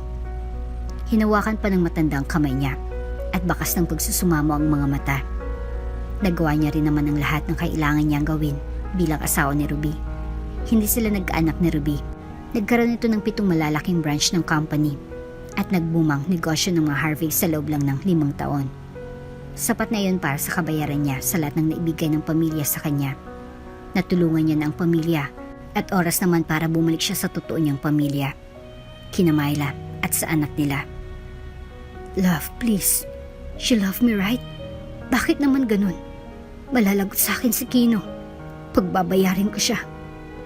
Bulalas ni Ruby habang sunod ng sunod sa kanya habang nagliligpit siya ng mga gamit niya.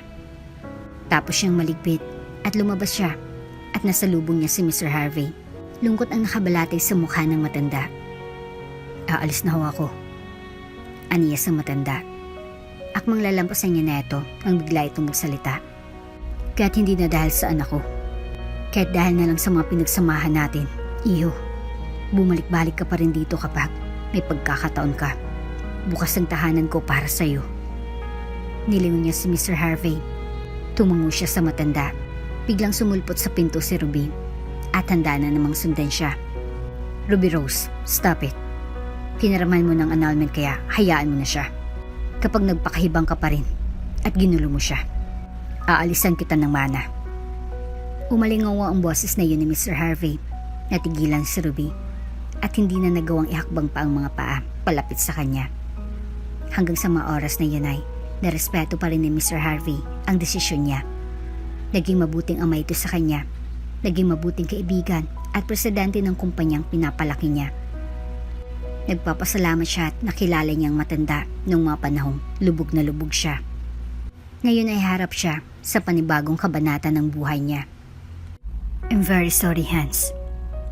Sambit niya habang magharap sila ng lalaki. Nasa terminal sila ng bus. Nasa upuan ng terminal ang anak niyang si Daisy at nakayukyuk sa bag nito. Hindi nito alam na nandun ang paborito nitong Tito Hans. Siya pa rin ba? Ngumiti ng may pait si Hans. Tumango siya. Sa kabila ng lahat ng nagawa ni Johan, ay ito pa rin ang laman ng puso niya. Hinding-hindi yun madaling palitan. Hanggang sa mga oras na yun ay inilihim niya pa rin ang manangyari noon sa anak niya. Hindi nito alam ang dahilan niya kung bakit kailangan nilang iwan ng ama nito. Simula noon ay halos ayaw na siyang kausapin ng anak. Sa awa ng Diyos ay nakasurvive ang anak niya sa cancer. Proud na proud siya at malaki ang naging pasalamat niya sa Panginoon na binigyan nito ng pangalawang chance ang anak niya. Dumayo sila at hinayaan sila ni Hans na magtungo ulit sa liblib na lugar na iyon. Doon sila magsisimula ng anak niya. Sisikapin niyang makabuo muli ng mga alaala kasama ng anak niya. Magandang alaala. 5 years passed. Herman, Diyos ko, kumalma ka. Tumigil ka na. Nabulabo ang tahimik na umaga nila nang umalingawaw ang malakas na sigaw ng ina niya mula sa sala. Dali-daling bumaba ang anak niya at sumunod siya. Kabado siya habang pababa ng hagdan. Daddy! Boses iyon ni Daisy. Hindi niya na kailangang bumaba ng tuluyan para malaman kung sinong nasa baba at sinuntok ng ama niya. Walang iba kundi ang damuhong si Johan. Napanganga siya. Malaki ang pinagbago ng lalaki. Mas nag-mature at mas naging malaki ang katawan nito. Kung gwapo ito noon, mas lumala ngayon. Honey, tulalang sambit ni Johan. Huwag mong mahani-hani itong anak kong hayop ka. Akmang kukwalihan na naman ng ama niya si Johan nang pumagitna ng mama niya at si Daisy. Alam na ng magulang niya ang tungkol sa nangyari sa kanila ni Johan. Inamin niyang lahat sa magulang niya. Ayaw niya lang nasabihin ng mga ito sa anak niya ang ginawa ni Johan noon. Ayaw niyang lasunin ang kaisipan ng anak niya at magbago ang pananaw nito sa ama nito. Ayos na iyong siya na lang ang may alam ng lahat at mga magulang niya. Lolo, tama na! Lolo! Sumigaw-sigaw na si Daisy para lang makinig ng papa niya. Pa, tama na! Siya nang napasigaw nang akma na namang mananapak ang ama niya. Napalingon sa kanyang magulang niya. Medyo judgmental ang matingin ng mga to. Akala mo talaga makikipagbalikan siya kung makatingin ng mga to. Naririnig tayo ng mga kapitbahay. Depensa niya. Saka lang naging tahimik ang bahay nila. Ilang minuto lang ang dumaan at maayos na silang nakaupo sa sofa ng sala nila. Nakakatusok ang tingin ng ama niya kay Johan. Kung makatingin akala mo talaga manliligaw niya si Johan at sinasala ng mga to kung pasado bang maging syota niya. Balak mo bang makipagbalikan sa anak ko? Kaya ka nandito? Kung yun ang balak mo, hindi ako makakapayak. Direktang sabi ng ama niya. Herman, hindi ikaw si Myla. Huwag kang pala desisyon dyan. Sumingit ang mama niya. Kinagat na lang ni Daisy ang labi para hindi mapabunghalit ng tawa.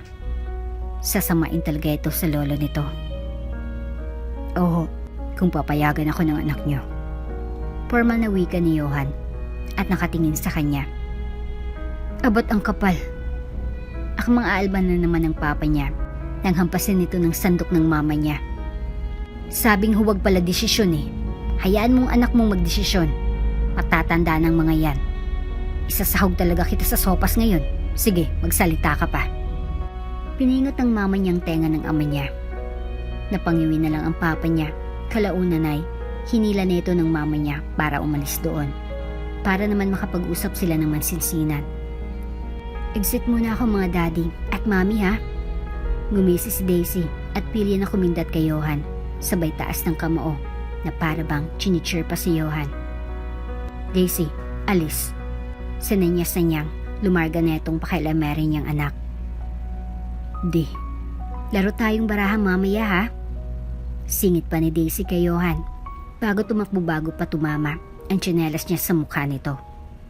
Natawa si Johan pero agad pinigilan ng tawa nang bumungad dito ang nakakamatay niyang tingin. Ang laki-laki na ni Daisy. Ang kulit na rin. Anito para may ibang topic? Naligaw ka yata. Sumiryos ang mukha niya sa mga oras na yon. Ngayong nasa harapan na naman niya si Johan, ay nagwawala na naman ang puso niya. Parang katulad pa rin ng dati. Parang yung mga time na teenager pa sila. Naiirita siya. Kumusta na kayo? Sumilay ang matamis ng ngiti ni Johan. Napalunok siya. Matapos ng huling nangyari sa pagitan nilang dalawa, hindi niya na alam kung ano pang sasabihin niya. May asawa na ito at tiyak may mga anak na ito kasamang babaeng yon. Ayos lang. Siguro mayaman ka na ngayon. Huhulaan ko. CEO ka na? May sarkasmo sa uri ng ngiti na binigay niya dito. Lumunok ito at ngumiti. Hindi. Umangat ang kilay niya. Oh? Hindi ka tinulungan ng asawa mo maging CEO? Mahimigan ang bitterness sa tono niya. Naani mo concern, pero alam ni Johan na bitter talaga siya that time. Nagbitiw ako. Aniya. Natigilan siya. So, talagang naging CEO pala talaga ito. Napuno tuloy ng katanungan ng utak niya matapos magpakahirap si Johan para makuha ang titulong gusto nito. Bigla na lang maglalaho na parang bula. Nasira pa ang pamilya nila dahil sa pangarap nito. Tapos ganun lang. Nakaramdam siya ng iritasyon. Nasira lang ang pamilya nila para sa wala. Ganun lang? Nagbitiw ka? Matapos ang lahat-lahat? Aba naman. Parang gusto niyang maiyak. Tumayo siya tensyonadong nagtungo sa ref para uminom ng tubig. Pinakalma niya muna ang sarili bago bumalik sa harapan ni Johan. Ganun lang yun? Tapos na? Ending na? Wala na? Tapos mong sinakripisyong pamilya natin? Ganun lang? Natawa siya. Myla. Akmang hawakan nito ang kamay niya, pero agad niyang iniwas. Dapat masaya siya ngayon dahil nawala dito ang titulong inaasam-asam nito noon. Dapat natuwa siya na hindi ito naging successful sa pinili nitong landas. Dapat masaya siyang malaman na parang kinakarma na ito ngayon. Pero ito, nag-aalala pa rin siya at nagagalit dahil binitawan nito ang pangarap nitong matagal nitong gustong makuha. Sa dulo, mahal niya pa rin ang lalaki dahil hindi siya magagalit ng ganito kung wala na talagang pagmamahal na yon. Nakipag-anal na ako sa kanya. Sa pagkakataong ito ay tumulo ng luha niya. Hindi niya na pinatapos sa pagsasalita si Johan at umalis na sa harapan nito. Gusto niyang manapak dahil sa katangahan ng lalaking yon. Nagagalit siya dahil sinayang ni Johan ang opportunity nito.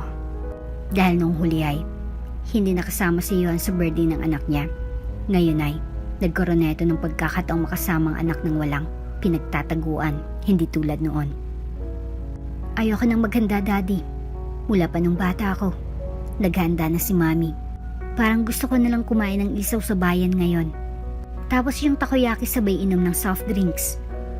Request ni Daisy. Hoy babae. Sita ni Myla nang marinig ang mga pinagsasabi ni Daisy. Natawa na lang siya sa kakulitan ng anak. Daddy, simula nung gumaling ako, masyado nang mahigpit si Mami sa mga foods ko. Baka raw kung anong mangyari sa akin. Bumulong pa si Daisy sa ama. Nag-iingat lang si mami mo. Mas mabuti na yung mga healthy foods ang kinakain mo para safety sa mga sakit. Ngumusong anak niya sa sinabi niya. Kahit ngayon lang di, please. Nagpapi-ice ang anak niya. Mamaya, isama natin mami mo. KJ yan eh. Isasama mo pa talaga. Tumautang mo siya at natawa na.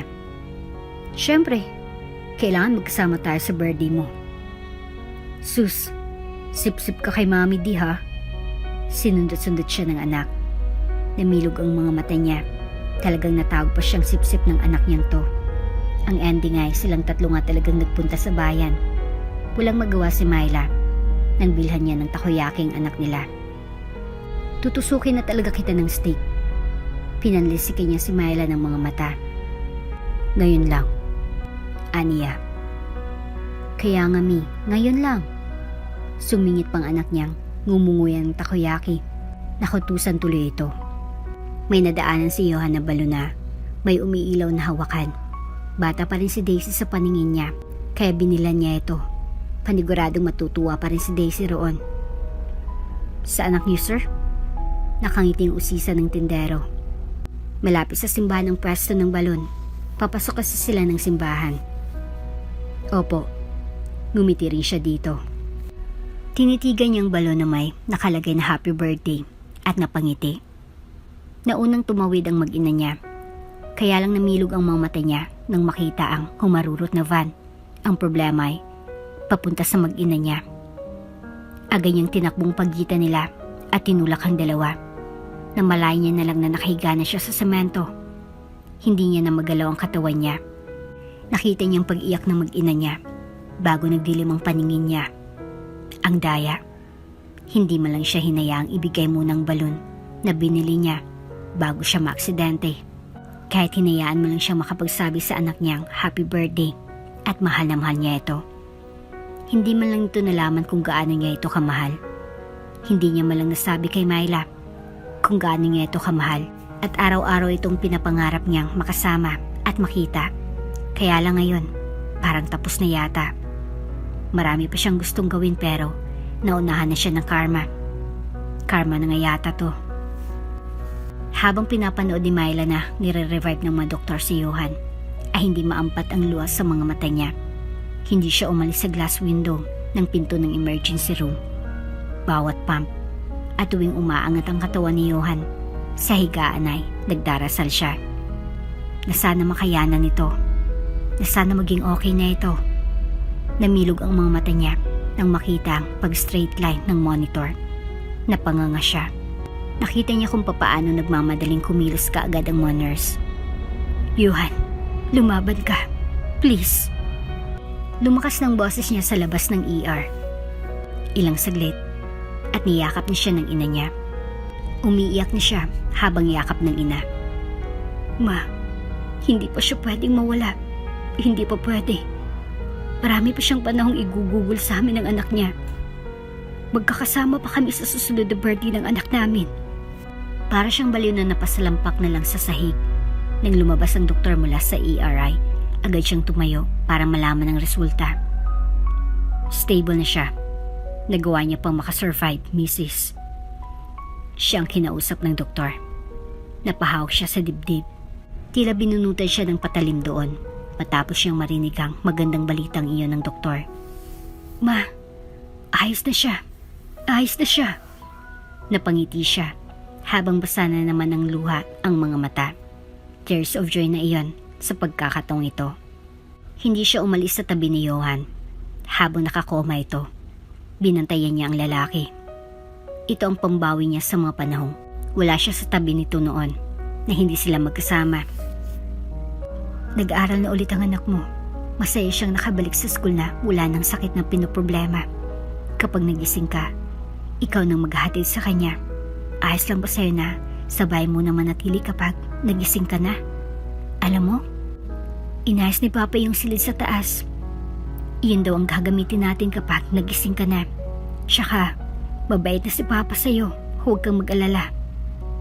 Pinupunasan niya ang braso ni Johan parati niya yung ginagawa.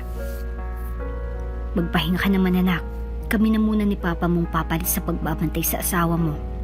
Hindi naman pwedeng ikaw naman ang may sakit kapag nagising ang asawa mo. Pagkukumbinsi ng mama niya, pero hindi siya padadaig. Duman ang 5 buwan, isang balitang nalaman niya na nagpasigaw sa kanya sa gulat. Gumalaw ng kamay ni Johan sa wakas.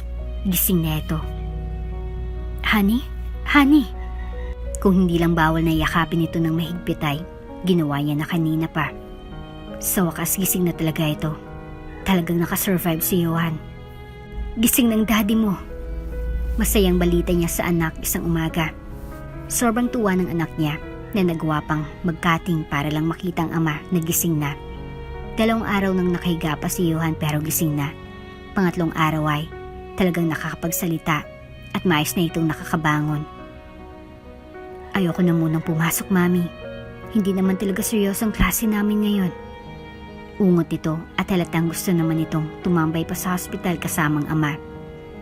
Sabay silang umakyat at nakutusan niya si Daisy dahil sa pag-absent na naman ito. Nakarating na sila sa silid ng ama at tinulak kaagad ni Daisy ang pinto. Nakapasok silang 2 ng anak niya at huli na ang lahat bago nila napagtantong nasa loob ng silid na yon ang dating naging asawa nito. Si Ruby. Siya ba? Siya bang sinasabi mong totoong mahal mo, Johan? Bigla na lang siyang tinuro ni Ruby. Ruby. Napapikit ng mariin si Johan. Pasensya na. Babalik na lang kami mamaya. Hinawakan niyang kamay ni Daisy at hinila sa kung saan palayo sa silid na yon. Stay here, honey. Natigilan siya nang sabihin niyo ni Johan. Kita niyang napapanganga si Ruby sa narinig. Hindi siya nga ang babaeng dahilan kung bakit ako nakipaghiwalay sa'yo, Ruby. Sariling desisyon ko yun. I was already married when I married you, Ruby. Napanganga ang babae.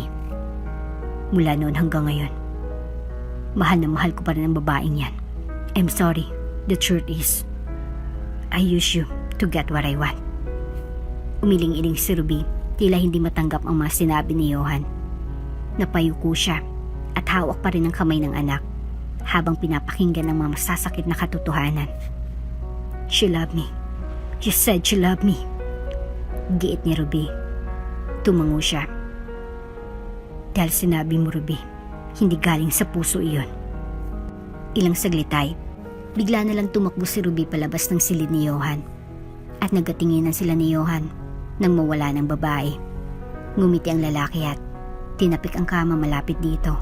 Dahan-dahan silang 2 ni Daisy na lumapit dito. Nang makalapit na ay, agad niyakap pareho ng lalaking 2 babae sa buhay nito. Di, love mo talaga kami? Nakangisi na paniniguro ni Daisy. Tumango si Johan. Oo naman syempre, pareho kayo ni Mami. Mahal ko kayong 2. Humigpit ang yakapan nilang 3. Dahilan para mapaaray si Johan. Sabay naman silang nagsorry sa padre de pamilya nila. Hoy, mabinat iyang tao. Ang kukulit yung 2 mag-ina. Sita ng ama nila nang makarating sa silid ng hospital. May bitbit ng pagkain na galing sa kanila ang ina niya. Halatang nagluto pa talaga para lang may madala rito. Pinagsaluhan naman nila iyon. Napuno ng mga picture frame ang silid nila. Matapos ang lahat ng iyon, lahat ng pictures ay magkasama silang 3. Iba't ibang lugar ang background nila, mga lugar sa ibang bansa. Ang bahay ay napuno ulit ng saya. Saksi ang lugar na iyon sa muntik nilang pagkawasak. Saksi ang bahay na iyon sa hirap na pinagdaanan nila. Ang bawat sulok lang niyon ang makakapagsabi kung gaano sila katatag na sa kabila ng naging unusay na natili silang nakatayo. Hindi perpekto ang pamilya nila, pero sa pamamagitan ng pagkakaintindihan at pagmamahalan ay mananatiling buo. Mami, ano ba? Umupo ka lang doon. Ang kulit eh. Bulalas ni Daisy at pinapabalik siya sa pagkakaupo sa rocking chair. Kami nang magbibig. Alagaan mong sarili mo at baby natin. Aniyuan at hinawakan ng malaki niyang tiyan. Pagkatapos ng lahat, may dumating na namang bagong blessings sa kanilang pamilya. Magkakaroon sila ng twins. Napapailing na lang siya. at pinanood ang pag-aaway ng mag-ama sa kusina habang umiinom lang siya ng gatas doon. Bumuntong hininga siya. Salamat God at hindi mo kami pinabayaan at muling nabuo ang aming pamilya. At dito na nga po nagtatapos ang ating kwento. Hanggang sa muli. Kung bago ka pa lang sa channel neto, ibang kwento ni Ate Jane, istorya mo, ikwento ko. Huwag kalimutang pindutin ang notification bell at subscribe button.